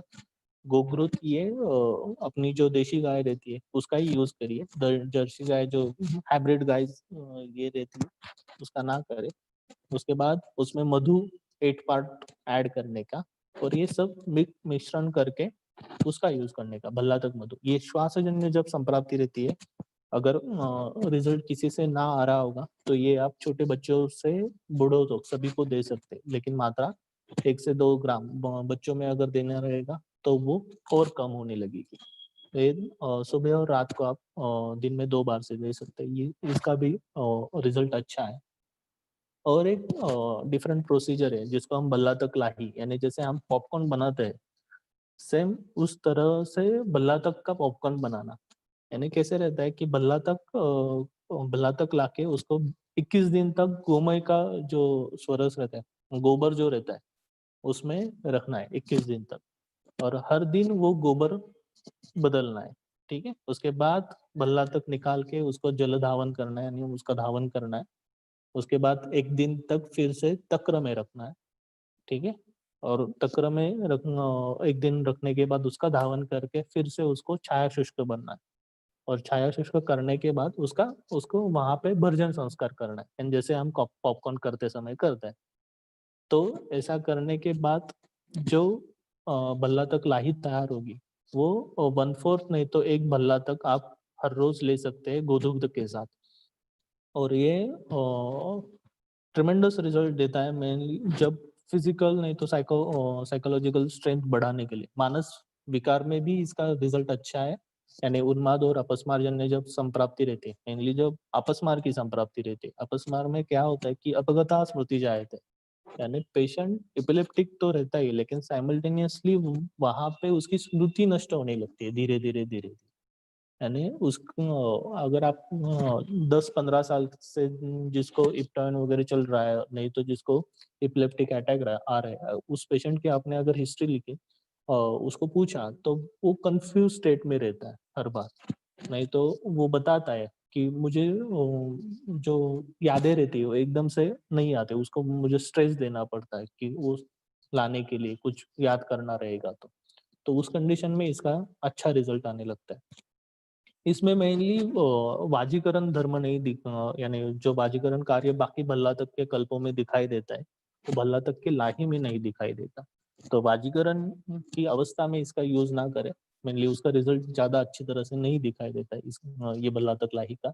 लेकिन बाकी सभी भल्ला तक की जो अवस्थाएं हैं, वहाँ पे इसका यूज आप कर सकते हैं, ठीक है? हाँ, जो मैंने अभी वातव्याधि का लड्डू जो मैंने बताया था पिछली बार, कि हम वो एक वातव्याधि का लड्डू जो रहता है वो बना के हम पेशेंट को देते हैं। इसके 2 प्रकार है। एक जो प्रकार है वो आपको डायरेक्टली गणेश शास्त्री जोशी करके पुराने वैद्य है, उनका ग्रंथ है सिद्धौषधि प्रकाश। तो उनका वातव्याधि प्रकरण है, उसमें आपको एक डायरेक्टली वो उसमें 10-15 अलग-अलग कंटेंट है। वहाँ पे गोडम्बी का एक कॉम्बिनेशन उन्होंने बताया, वो आप यूज़ कर सकते हैं। और दूसरा ये जो मैं बता रहा हूँ उसमें मेनली गोडम्बी लेनी है, उसमें चने जो रहते हैं अपने, जो हम खाते हैं रेगुलरली, वो चने डालने हैं, ठीक है? उसके बाद नारिकेल वो डालना है, गुड़ डालना है, और उसके बाद घृत डालना है। ये सभी कुट्टन करने हैं, यानी कुट्टन का संस्कार वहाँ पे उसको कूटना है अच्छी तरह से, और कूटने के बाद उसकी 50 ग्राम के एक-एक लड्डू होने चाहिए, ठीक है? ऐसे लड्डू उसके बनाने के। जितने बनाने हैं उस हिसाब से आप उसका प्रमाण ले सकते हो, सम प्रमाण में सभी ले सकते हो, ठीक है? और हर रोज़ 1 लड्डू खाना है ये। ये मेनली जिनको बल बढ़ाना है, उसके बाद स्ट्रेंथ बढ़ानी है अच्छी तरह से, वाजीकरण करके कार्य करता है। साइमल्टेनियसली एपिलेप्टिक पेशेंट यानी अपस्मारजन्य जब संप्राप्ति रहेगी, उसमें बुद्धिवर्धक ये कार्य भी करता है। साइमल्टेनियसली जो पेशेंट रुद्रसी के यानी ट्रीटमेंट होने के बाद जब हम अपुनर्भव चिकित्सा के लिए रसायन चिकित्सा चालू करते हैं, बल देने वाली, वहाँ पे ये यूज़ कर सकते हैं। अपस्मार नहीं, अर्धितजन्य जब संप्राप्ति रहेगी, नहीं तो पक्षाघातजन्य संप्राप्ति रहेगी, वहाँ पे ये यूज़ कर सकते हैं बाद में, जब 1 साल के बाद पेशेंट आपके पास आया और आपको यानी वो चिरकालीन व्याधि बताए, यानी उसके बाद वो ट्रीट करने में कठिन जाता है, वहाँ पे आप ये चालू कर सकते हैं, ठीक है? इसका रिजल्ट एकदम अच्छा दिखाई देता है। उसके बाद एक डिफरेंट तेल है, गाय तेल करके, इसको बनाते हैं, आणि आगंतुज कोई भी व्रण रहेगा, अगर वो हील नहीं है, आगंतुज व्रण यानी किसी भी इंजरी की वजह से अगर व्रण उत्पन्न हुआ है और वो हील नहीं हो रहा है, तो उस कंडीशन में ये घाय तेल बनाने के लिए बताया है। तो इसमें भल्ला तक उन्होंने कहा है, रसोन है, उसके बाद कांदा, ऑनियन जो बताया वो, और अजमोदा, इसमें और एक कंटेंट था। मेरे पास जब मैं रायगढ़ करके यहाँ पे एक एरिया है पुणे के पास ही, और वहाँ पे पेन करके एक तालुका है, तो वहाँ पे मेरी विजिट थी। मैं पिछले 2010 से वहाँ पे विजिट कर रहा हूँ। तो वहाँ पे स्टार्टिंग फेज में आदिवासी लोग, यानी वो रायगढ़ जो डिस्ट्रिक्ट है वो वहाँ का आदिवासी एरिया है, वहाँ पे बहुत सारे आदिवासी रहते हैं। तो एक पेशेंट आते हैं, लेकिन वो कंटिन्यूस रिपीटेडली फॉलोअप के लिए ज़्यादा वहाँ पे नहीं रहते। वो आने के बाद 1-2 दिन तक वो देखेंगे, उसके बाद फिर से 1-2 महीने के बाद ऐसे आएँगे। यानी कंटिन्यूटी वहाँ पे पेशेंट की नहीं रहती, लेकिन वहाँ से सीखने के लिए बहुत मिलता है। यानी डिफरेंट डिफरेंट अवस्था पेशेंट की जो रहती है, वहाँ पे सीखने को मिलती है। तो वहाँ पे ऐसे ही एक पेशेंट आया था जिसको नी इंजरी हुई थी, यानी खेती-बाड़ी करते समय जो नांगर रहता है, वो नांगर डायरेक्टली उसके घुटने में गया था, ऐसे कुछ तो हुआ था, और उसकी वजह से वो वुंड थी, वो हील नहीं हो रही थी किसी की वजह से। कोई भी, उसने बहुत सारी दवाइयाँ की, ऑर्थोपेडिक की भी दिखाया, मेरे पास भी आया था, मैंने भी स्टार्टिंग में कुछ ट्रीटमेंट की थी, लेकिन उससे वो अच्छी तरह से हील नहीं हो रहा था। उसके बाद वो 2-3 महीने के बाद फिर से आया मेरे पास, और उस टाइम पे उसकी वुंड थी, वो अच्छी तरह से हील हो गई थी। तो मैंने पूछा कि ये क्या हुआ? ये कैसे हुआ? क्योंकि मुझे पता था कि दवाई तो मेरे यहाँ से उसने इतने दिन की ली नहीं थी, और बाकी ट्रीटमेंट वो उसने की या नहीं किया, वो जानने के लिए हमने उसको पूछा। तो उसने मुझे ये कॉम्बिनेशन बताया, और उसमें और एक घटक उसने बताया था कि अ, अजगर जो रहता है अपना सर्प, तो उस तेल सिद्ध करते समय उसका यूज़ उन्होंने, वो आदिवासी लोग जो है वो करते हैं, और उससे वो तेल घायतेल करके बनाते हैं, और वो अगंतुज में ट्रेमेंडस रिजल्ट देता है। मैंने ये अभी वो मैंने बैन होने की वजह से मैं यहाँ पे पीपीटी में मैंने नहीं लिखा है, और आप भी ना यूज़ करें। लेकिन आदिवासी लोग, उनके पास बहुत सारी दवाइयाँ ऐसे मिराकुलस है जो रिजल्ट एकदम ट्रेमेंडस दे सकती है, और भल्ला तक ये ऐसा द्रव्य है जो आपको वहाँ उनके यहाँ से ज़्यादा सीखने को मिलेगा। ग्रंथों में डायरेक्टली इतना वर्णन हमारे यहाँ मिलता नहीं है। जो दिया है नो डाउट अवस्था के हिसाब से दिया है, लेकिन ये लोकल फॉर्मुलेशन है, आपको वहाँ से भल्ला तक के ज़्यादा दिखाई देंगे। ठीक है? तो मेरे हिसाब से मैंने सभी आपको बता दिया, मेरे पास जो था वो सभी बता दिया। अगर कुछ गलती हुई होगी तो आप आप बड़े हो तो आप मुझे छोटा समझ के माफ़ कर दीजिए। जो कुछ अच्छा है वो सभी मेरे गुरु की वजह से, वैद्य समीर जमदग्नि, उनके आशीर्वाद से ही सभी कुछ ये जो मैंने है वो बताया है आपको। ठीक है? तो धन्यवाद। Uh, ma'am next slide please.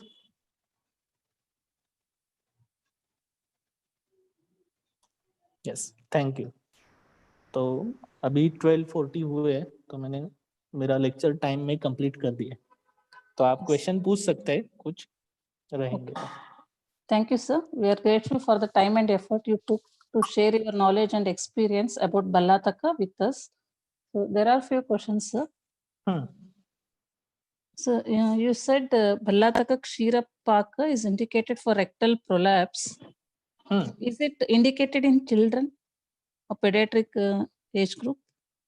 हाँ, ब इन दैट केस मीन्स अगर आपको चिल्ड्रन को, छोटे बच्चों को देना होगा, तो मेरा मानना है कि वहाँ पे डायरेक्टली भल्ला तक का यूज़ ना करते हुए आप भल्ला तक बीज जो गोडंबी है उसका यूज़ करें। Okay. और दूसरा एक द्रव्य है जो मेनली वहाँ उस कंडीशन में यूज़ कर सकते हैं, वो पिप्पली है।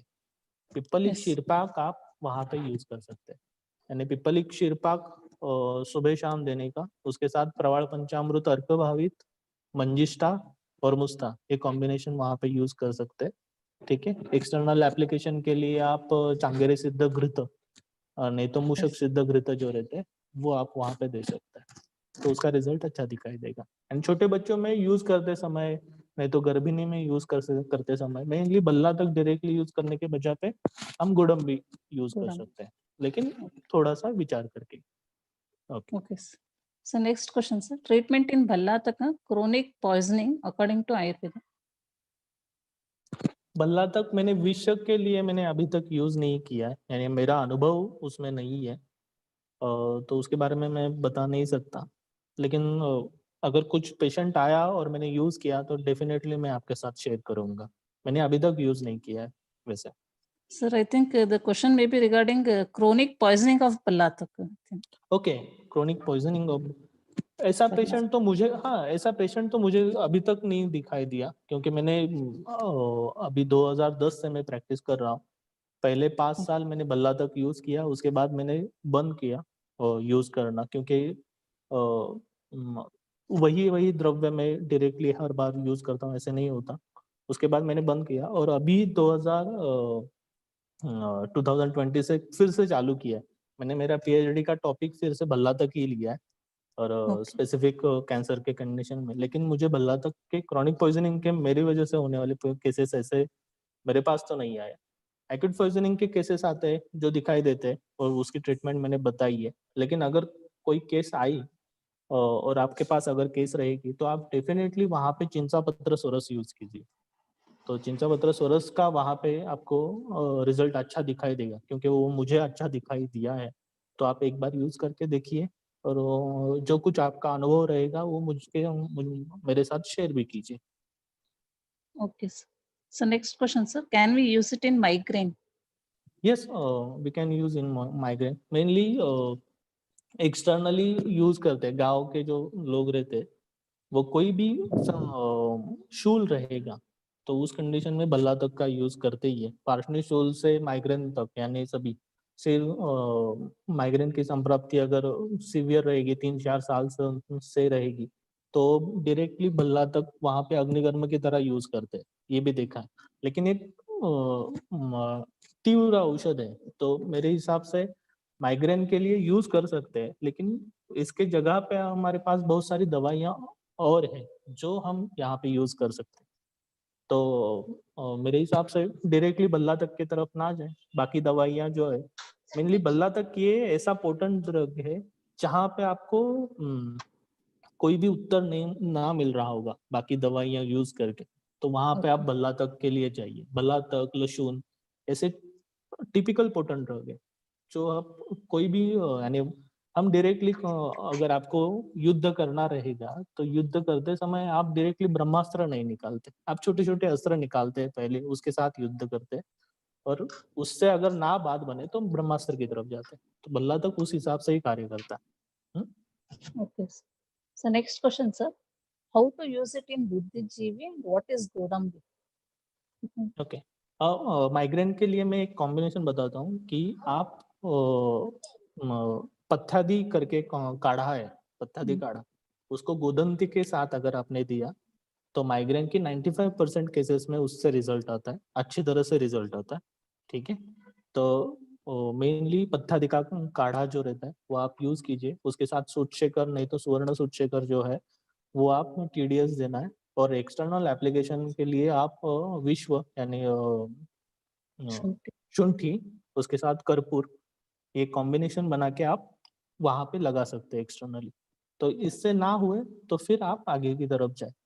और माइग्रेन के कुछ सिम्टम यानी बुद्धिजीवी के हिसाब से जो क्वेश्चन बताया है, बुद्धिजीवी यानी जो लोग ज्यादा ब्रेन से काम करते हैं, कंटिन्यू थिंकिंग रहती है, यानी जो सॉफ्टवेयर इंजीनियर है, हम डॉक्टर लोग हैं, जो दिन भर में एक्सरसाइज नहीं तो शारीरिक कष्ट रहते हैं वो बहुत कम रहते हैं, लेकिन थिंकिंग जो रहती है वो ज्यादा रहती है और दिन भर ऐसा करने के बाद पेशेंट थक जाता है साइकोलॉजिकली और उसको स्ट्रेस लगने लगता है। ऐसे जो पेशेंट रहते हैं तो वो बुद्धिजीवी लोग रहते हैं।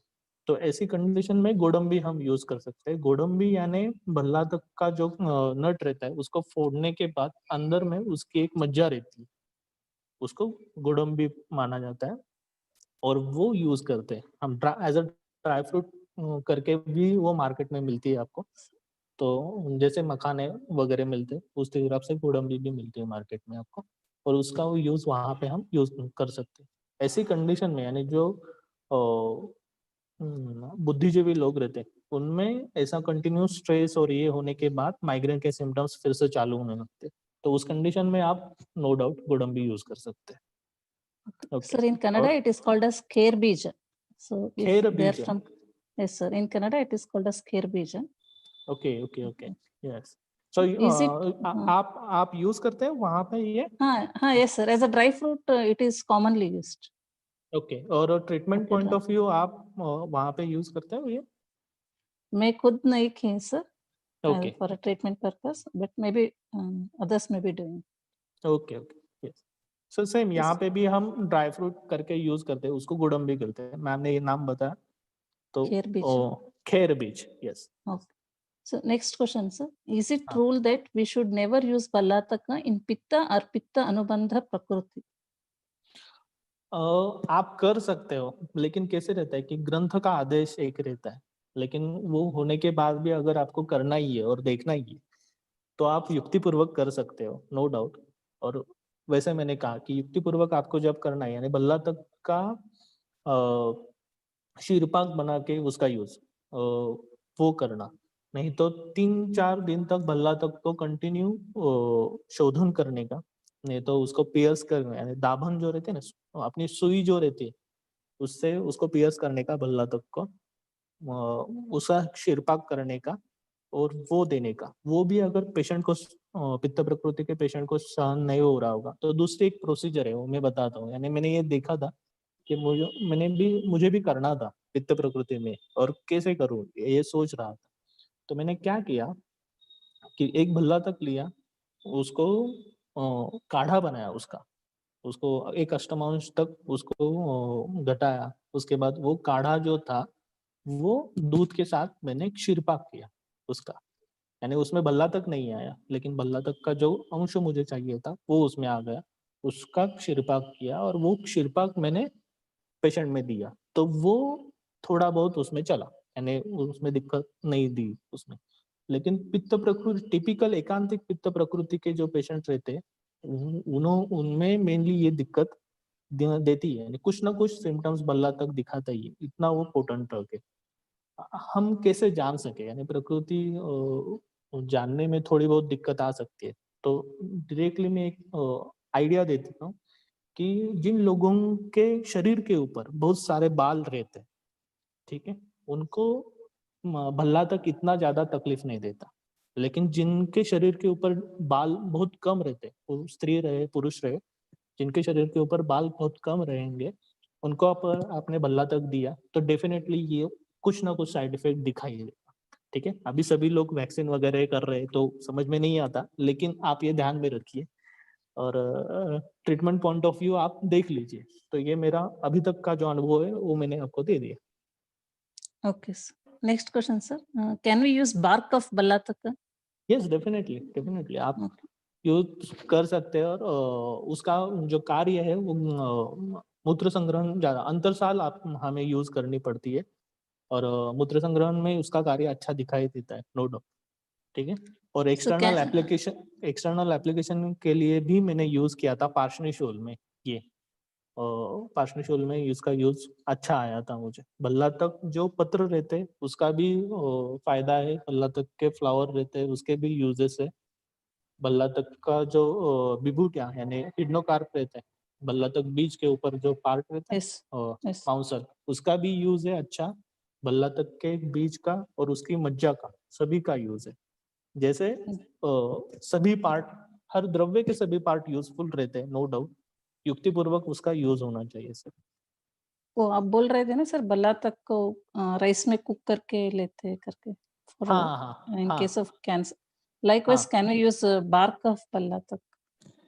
मैंने यूज नहीं किया वैसे यानी राइस Okay, में कुक करके मैंने यूज नहीं किया okay. लेकिन तो अगर किसी ने किया होगा तो डेफिनेटली आप बता सकते हैं मैंने यूज नहीं किया मैंने जो अभी तक मैंने जो बताया है और उस एक तो वो ग्रंथों के आधार पे बताया है नहीं तो मेरे Yes, जो गुरु है experience. हाँ उनका जो एक्सपीरियंस है और मेरा जो एक्सपीरियंस है वो जो है वो बताया बाकी ग्रंथों में बहुत सारा वर्णन है नो डाउट भल्ला तक हर अवस्था में यूज कर सकते हो सभी यानी हमने अगर द्रव्य गुण के कोई भी बुक पढ़े तो हर द्रव्य हर स्रोतस के ऊपर कार्य करता है Yes. हाँ लेकिन मैंने जो बताया है वो स्पेसिफिक कंडीशन के हिसाब से बताया जहाँ पे मैंने यूज किया है। तो अगर किसी ने किया होगा वैसे तो मुझे पता नहीं है लेकिन देख लीजिए किसी ने Okay. Sir. Okay So, next question, sir. As हाँ you said, we should use ballataka carefully for runapuropana. So, what side effects we can able to see?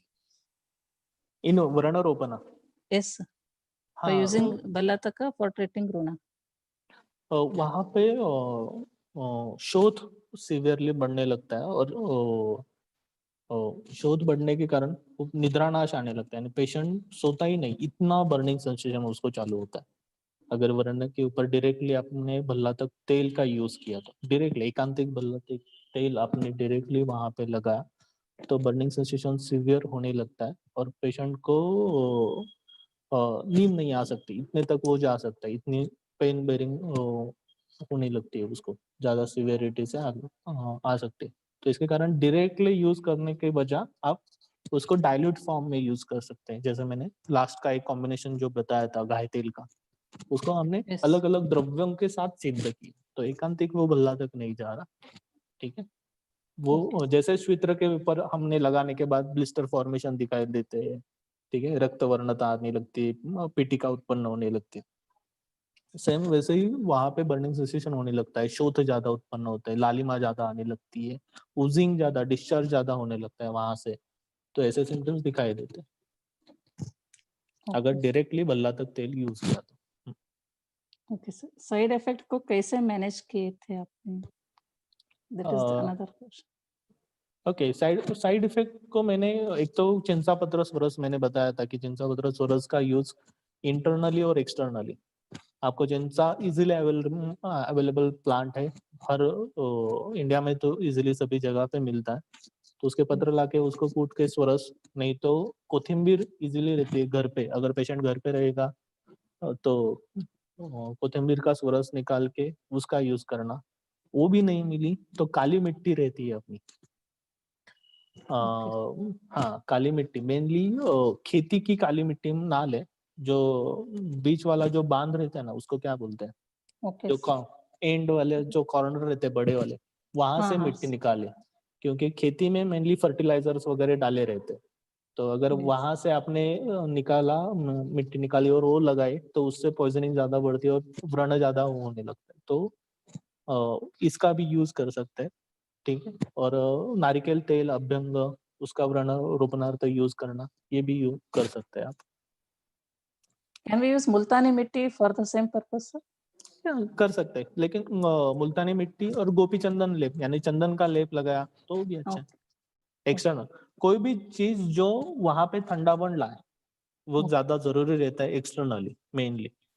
ठीक है, कोई किसी को भी क्योंकि वहां पे दाह ये लक्षण सीवियर रहता है, और दाह को कम करने वाले जो जो द्रव्य है, यानी उदुम्बर, उदुम्बर का लेप आप लगा सकते हो। उदुम्बर एक स्पेसिफिक द्रव्य है जो दाह के लिए आए हैं, दाह के लिए आप वहां पे लगा सकते हो एक्सटर्नली, वो रिजल्ट देगा ही देगा। Okay, sir. Can we use it in Avrutta Vata? Yes definitely, विबंध है तो आवृत्तवात की तरफ जाएगी संप्रप्ति। ठीक है, तो वहां पे यूज करना है, दो द्रव्य है जो आवृत्त के हिसाब से हम यूज कर सकते हैं, एक तो भल्ला तक और दूसरा लक्षण, वो हमें यूज करना ही है, लेकिन अवस्था सिर्फ देखनी है, डेफिनेटली यूज करना है। और मेनली पीसीओएस की जो हमने केसेस डिस्कस किया था, पीसीओएस यानी क्या, मेधावृत्तवात की संप्राप्ति रहती है, तो उसके हिसाब से, और कफावृत्तवात की संप्राप्ति, उसके हिसाब से हम भल्ला तक वहां पे यूज करते ही है। Okay, sir. Next question, sir. So how hairs are involved? How can you say hairless people में problem होगी? Means I don't understand. वही सर आप बता रहे थे ना sir, if those person who have less hairs on the body will have more complications of बल्लातक. हाँ, पित्त प्रकृति का लक्षण है ना वो, पित्त प्रकृति अलोम, ये पित्त प्रकृति का लक्षण बताया, तो उसके हिसाब से मैंने बताया। Okay, sir. और कफ प्रकृति में लोम ज्यादा रहते हैं, Yes. सिंपल है, उसके हिसाब से मैंने वो लॉजिकली इंटरप्रेट किया था और देखा था। Okay, sir. निराशा का क्या यूज है? निर्यास का यूज व्रण रोपणार्थ किया है, जो मेनली पाँव शेवट में बोलते हैं। पाँव में जो ये रहते हैं ना, भेगाएं आती है पाँव में, नहीं तो हाथ में, हाँ. तो वहां पे डायरेक्टली निर्यास का यूज किया है व्रण रोपणार्थ, और गांव में भी वो करते ही है, उसका रिजल्ट अच्छा है, तो वहां पे मैंने यूज किया, बाकी जगह पे डायरेक्टली यूज नहीं किया। Okay sir. Next question sir, यानी बल्लातक मेधा. विपादिका, विपादिका जो हमारे ग्रंथों में बताया विपादिका का। Okay sir. So next question sir, बल्लातक मेधा अग्निवर्धक है तो रेगुलरली यूज किए तो कैसे यूज किया जाए? बल्ला तक यस, आपको अगर यूज करना रहेगा रेगुलरली तो बल्ला तक क्षीर ये सबसे अच्छी कल्पना है, आप यूज कर सकते हो। नहीं तो दूसरा गोडम्बी, ये दूसरा, हाँ, ये दो जो कल्पना है और दो जो अवस्था है द्रव्य की, वो आप रेगुलर करके यूज कर सकते हो, लेकिन सभी सिम्टम्स, सभी कॉशियस देख के, क्योंकि अगर आपको रेगुलर बल्ला तक का सेवन करना है तो कंपलसरी आपको घृत युक्त आहार, नहीं तो दुग्ध आहार, शाली यानी चावल ही खाना है सिर्फ, और निर्लवन पथ्य करना है, यानी लवण आपके आहार में नहीं जाना चाहिए, ठीक है। शक्कर रहेगी उसके साथ तो चलेगा, तो वही लिमिटेड आहार के हिसाब से आप बल्ला तक का सेवन कर सकते हो। और अप्पा शास्त्री साठे करके एक पुराने वैद्य थे, उनका एक बुक है मराठी में, घरगुती औषध म्हणून, तो आप जरूर पीटेंगे। तो वहां पे उन्होंने बताया कि अगर आपको बल्ला तक का रेगुलर सेवन करना रहेगा और एज अ मेधाग्नि, यानी सिर्फ मेधा के हिसाब से अगर आपको कार्य करना रहेगा तो आप किस हिसाब से बल्ला तक क्षीरपाक कर सकते हो और कैसे यूज कर सकते हैं, ठीक है। अप्पा शास्त्री साठे प्रातस्मरणीय व्यक्ति है, यानी बहुत पुराने और प्रातस्मरणीय होते हैं, यानी सुबह उठ के जिनका नाम ले सके ऐसे वो वैद्य है। Okay sir, next question sir, joint pain and arthritis में कैसे यूज करना? हाँ, उसके बारे में मैंने बताया शायद से कि मैंने डायरेक्टली वहां पे वो वात व्याधि का जो लड्डू है वो यूज किया है। भल्ला तक का शेव तो जो मैंने बताया था कि उसका ऑयल निकाल के बत्ताशा के साथ, नहीं तो फिर डायरेक्टली क्षीरपाक दूध के साथ, उसका वहाँ पे यूज हमने किया है। क्षीरपाक कल्पना, भल्ला तक क्षीरपाक कल्पना वहाँ पे यूज किया है मेनली। डायरेक्टली भल्ला तक तेल यूज किया है एक्सटर्नल एप्लीकेशन के लिए, ऐसे नहीं किया मैंने। इंटरनली ऑस्टियोआर्थराइटिस की जो कंडीशंस है उस कंडीशन में मैंने यूज की। Okay, sir, you were telling about Ballataka Lahi. So, हाँ, what part of Ballataka to be actually used here? Is it Godambi or whole Ballataka? इन भल्ला तक लाही यू हैव टू यूज, म्हणजे भल्ला तक, यस, ब्लैक कलर भल्ला तक। So, can you explain in detail how to prepare a Ballataka Kshira Paka and Ballataka Tail? Okay, मैंने जो अभी तक भल्ला तक तेल यूज किया है वो भल्ला तक शेवत जो मैंने बताया उस प्रोसीजर से यूज किया है। पाताल Okay. यंत्र वगैरह जो प्रोसीजर बताया है ग्रंथकारों ने, मैंने डायरेक्टली उस प्रोसीजर से अभी तक यूज नहीं किया। ओके, और भल्ला तक क्षीर पाक की जो कल्पना है वो मैंने आधा भल्ला तक, नहीं तो एक भल्ला तक, इससे स्टार्ट करते हैं हम। उसमें एक भल्ला तक लेते हैं, उसमें अंदाजन से 100 ml दूध रहता है और 100 ml पानी रहता है, उसको उबाला जाता है, ठीक है। वो भल्ला तक डालने से पहले उसको सुई से चुबाया जाता है। Okay. ओके, उसको उबाला जाता है और वो 100 ml रहने के बाद वो यूज किया जाता है। उसके वो बाद क्रश नहीं दूसरे, करते, यू हाँ, वोंट क्रश Ballataka.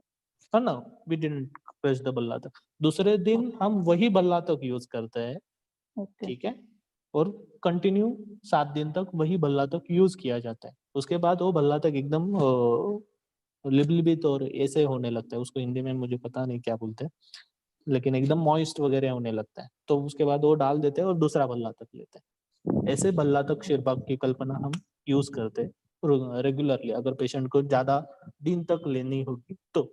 नहीं तो वर्धमान मात्रा में 1 से 5 तक मैं जाता हूँ। एक भल्ला तक आज लिया तो दूसरे दिन 2, तीसरे दिन 3, चौथे दिन 4, और ज्यादा से ज्यादा मैंने 5 भल्ला तक एक दिन में दिए, उससे ज्यादा नहीं दिए, लेकिन वो अवस्था और पेशेंट उस हिसाब से था, ठीक है। चरक जी ने जैसे बताया कि 10 भल्ला तक से स्टार्ट करना है, लेकिन अभी की जो मनुष्य प्रकृति है वो सहन नहीं कर सकती।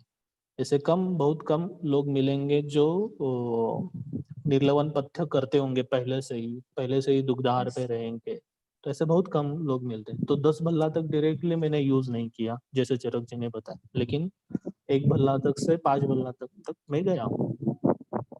Okay.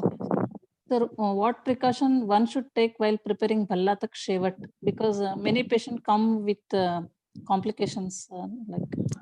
ओके, भल्ला तक तो यानी प्रिकॉशनरी ऐसे कुछ नहीं, जिसको जैसे आप भल्ला तक पकड़ते हो वो आपके हाथ से दूर होना चाहिए एक तो, ठीक है? यानी उसके लिए आप चिमटा नहीं तो फोर्सेप जो रहता है उससे पकड़ सकते हैं और ग्लोव्स ज़्यादा से ज़्यादा, और डायरेक्टली आप इसके ऊपर रख सकते हो, गैस के ऊपर। तो उससे ड्रॉप बाय ड्रॉप वो गिरने लगता है, ठीक है? और वो कलेक्ट करने के लिए एसएस का पात्र रहेगा स्टेनलेस स्टील का, वो अच्छा रहेगा, ओके, उसमें ही आप कलेक्ट कर लीजिए। उसके बाद जो भला और एक बहुत ज़रूरी चीज़ है, भल्ला तक के कोई भी कल्प आप अगर बना के क्लिनिक में रख रहे होंगे, तो आपको वो ग्लास के जार में ही रखना है। प्लास्टिक के जार ओके, में नहीं तो एल्यूमीनियम के जार में आपने अगर रख दी है, तो वो इंटरैक्ट करता है उनके साथ, ठीक है? तो मेनली भल्ला तक के कल्प आप ग्लास के जार में ही कंपल्सरी रखना है। ये आप थोड़ा-सा ध्यान में रखें तो अच्छा रहेगा। okay, sir. So next question, sir, how can we use it in arshas? हाँ, शुष्कार्श में पन- मैंने जैसे हाँ, यस, शुष्कार्श में मैंने संप्राप्ति बताई थी कि जैसे जब मेनली पक्वाशय में जब मल संचिति ज़्यादा होने लगती है, ओके? अर्श की संप्राप्ति होती क्या है कि जब मल संचिति होने लगती है पक्वाशय में ज़्यादा और मल बाहर निकाल के बाहर निकालने के लिए अपान वायु प्रेशर लगाने लगता है, ठीक है? और वो प्रेशर लगाने के बाद जो और इनर लाइनिंग रहती है इंटेस्टाइन की, वहाँ पे फ्रिक्शन होने लगता है मल के कारण, और वहाँ पे जो वेसल्स रहती है, वो सूजने लगती है और फूलने लगती है, और वो सूजन आने के बाद वहाँ पे सर्कुलेशन ज़्यादा होने लगता है, और ऐसे करके वहाँ पे स्वेलिंग ज़्यादा बढ़ने लगती है। तो भल्ला तक करता क्या है बेसिकली कि वहाँ का जो रेक्टल प्रेशर जो रहता है, वो कम करने लगता है एक। साइमल्टेनियसली जो मल संचित होने वाला है, उसको भी बाहर निकाल देता है वेदन कर्म की वजह से, और वहाँ पे शुष्कार्श में यूज़ होता है। अगर ये कंडीशन रक्तार्श के हिसाब से आए, तो पाठा ये द्रव्य अच्छी तरह से काम करता है। नहीं तो हरित की ये द्रव्य, वो दोनों जगह पे शुष्कार्श में भी यूज़ कर सकते हैं और इसके हिसाब से भी, रक्तार्श के हिसाब से भी यूज़ कर सकते हैं। हम जो स्वेदन के लिए देते हैं, अगर शुष्कार्श रहा तो बहुत रेगुलरली हम जो यूज़ करते हैं वो कोई भी रक्तार्श और शुष्कार्श रहा, कोई भी पद्धति का अगर अर्श रहा, तो रेगुलरली हम क्लिनिक में जो यूज़ करते हैं वो दशमूल का काढ़ा रहता है। दशमूल काढ़ा सिंपल गरम पानी का टब लेने का, उसमें दशमूल का चूर्ण नहीं तो भरत चूर्ण वो डालने की, नहीं तो पुरचुंडी डालने की, 10-15 मिनट तक वो पानी वैसे ही वो स्टेबल हो देने का। उसके बाद पेशेंट को वहाँ पे बैठने के लिए कहने का और उसको सीट्स बाथ लेने के लिए बोल देने का। 10 से 15 मिनट तक सीट्स बाथ लेने के बाद वो सुबह और रात को ऐसे 3 दिन तक उसने किया, तो उस जगह की स्वेलिंग कम होने लगती है, ठीक है? और उससे रिज़ल्ट अच्छा आने लगता है। भल्ला तक धूपन हमने किया था स्पेसिफिक ऐसे कंडीशन में, जहाँ पे शुष्कार्श था, वहाँ पे भी रिज़ल्ट अच्छा दिखाई दिया था। okay, sir. So many of, I mean, few will be allergic to bhalataka. So can you do hmm. any testing or like this before advising bhalataka, or will you ask yes, just history? हाँ, हाँ, एक तो history के हिसाब से हम देखते हैं, लेकिन पहले मैंने हर बार मैं जब स्टार्ट करता हूँ, तो गोडम्बी से ही स्टार्ट करता हूँ। अगर गोडम्बी उसको सूट हो रही होगी अच्छी तरह से, तो वहाँ उसके आगे फिर भल्ला तक, यानी स्टेप बाय स्टेप से मैं जाता हूँ। यानी जब मैंने वो पहला पेशेंट मैंने ट्रीट किया था और उसको दिक्कत आई थी, तो जैसे मैंने गुरु ने बताया कि आप पहले भल्ला तक दीजिए, वो अगर सहन हो रहा, वो पच रहा होगा अच्छी तरह से विदाउट एनी साइड इफेक्ट, तो आप आगे वाला आप भल्ला तक डायरेक्टली यूज़ कीजिए। ऐसे करता हूँ मैं। Okay. ओके, सो इन श्वित्रा भल्लाता का तैला मीन्स वो भल्लाता का शेवट वो अप्लाई करने से पहले कुछ प्रिकॉशन लेना पड़ेगा, डेली अप्लाई करना है कैसे? मेनली एक्सटर्नली अप्लाई करने के बाद 2 दिन तक उसको वहाँ पे ब्लिस्टर फॉर्मेशन ही होता है, ठीक है? ओके, उसके ऊपर मैं फिर से नहीं लगाता, 2-3 दिन तक यानी 1-2 दिन तक वो रेगुलर लगाने के बाद वहाँ पे ब्लिस्टर फॉर्मेशन होने लगता है, और उसको धूप में रोज़ जाने के लिए हम बोलते हैं, ठीक है? वो वहाँ पे उसके बाद हम रक्त प्रसादन करके और इंटरनली मेडिकेशन चालू कर देते हैं। एक्सटर्नली सिर्फ 1-2 दिन तक लगाने के बाद रुकते हैं, 7 दिन तक, उसके बाद फिर से लगाते हैं। रेगुलर लगाते ऐसे मैं तो नहीं करता। Okay, hmm, thank you sir, thank you for clearing all the doubts sir. So okay. now, just before we conclude the session, I would like to request Dr. Prakash Tariwal Professor and HOD, Department of Dravya Guna, SVM, Ayurved Medical College, Ilkal, for vote of thanks. Okay. Good afternoon to all the viewers. Namaste, sir. Namaste. So today we have completed the national webinar Dravya Sampada 2020. Today we had a session on Vijit Chirikande. So it is end of the today's session with a vote of thanks. Myself, Dr. Prakash Tariwal, Professor and HOD, Department of Dravya Guna. First and foremost, in my prevalence, thanks to the blessings of His Holiness, the Swamiji, as event started. Blessings of Swamiji. Thank you, Swamiji. So I thank to our SVM Center, Chairman, Secretary, and all the board of members providing an opportunity and supporting to organizing this national webinar, Dravya Sampada 2020. Thank you, sir. So I thank to our today's speaker, Vaidya Abhijit Chirikande, Assistant Professor, Department of Dravya Guna, D.Y. Patil College of Ayurveda and Research Center, Pimpri, Pune. Thank you, sir. Sir, I had to talk on the utility or clinical utility of Ballataka. So today, this is essential for all the doctors and for the self use of this Ballataka, and in the clinical utility and helpful for the self preparations. So I thank to Doctor. Thank you, sir. Thank you for giving me opportunity. Thank you, sir. I thank to our event president, Dr. K.C. Das, principal and professor, for his support and advice in organizing the national webinar Dravya Sampada 2020. Thank you, sir. I thank to event secretary, Dr. Mukta Arali, associate professor, Department of Dravya Guna. Thank you, madam. So I extend the thanks to all the teaching and non-teaching staff, PG and UG scholars and students of this institution, SVMC, for supporting this national webinar Dravya Sampada 2020. Thank you, sir. So lastly, I thank to all the people who have helped directly and indirectly in organizing and conducting this national webinar Dravya Sampada 2020. Thank you, one and all. Thank you, sir. Thank you. Thank you, sir. Thank you, sir. Okay. We'll conclude the session, sir. Thank you. Okay. Yes.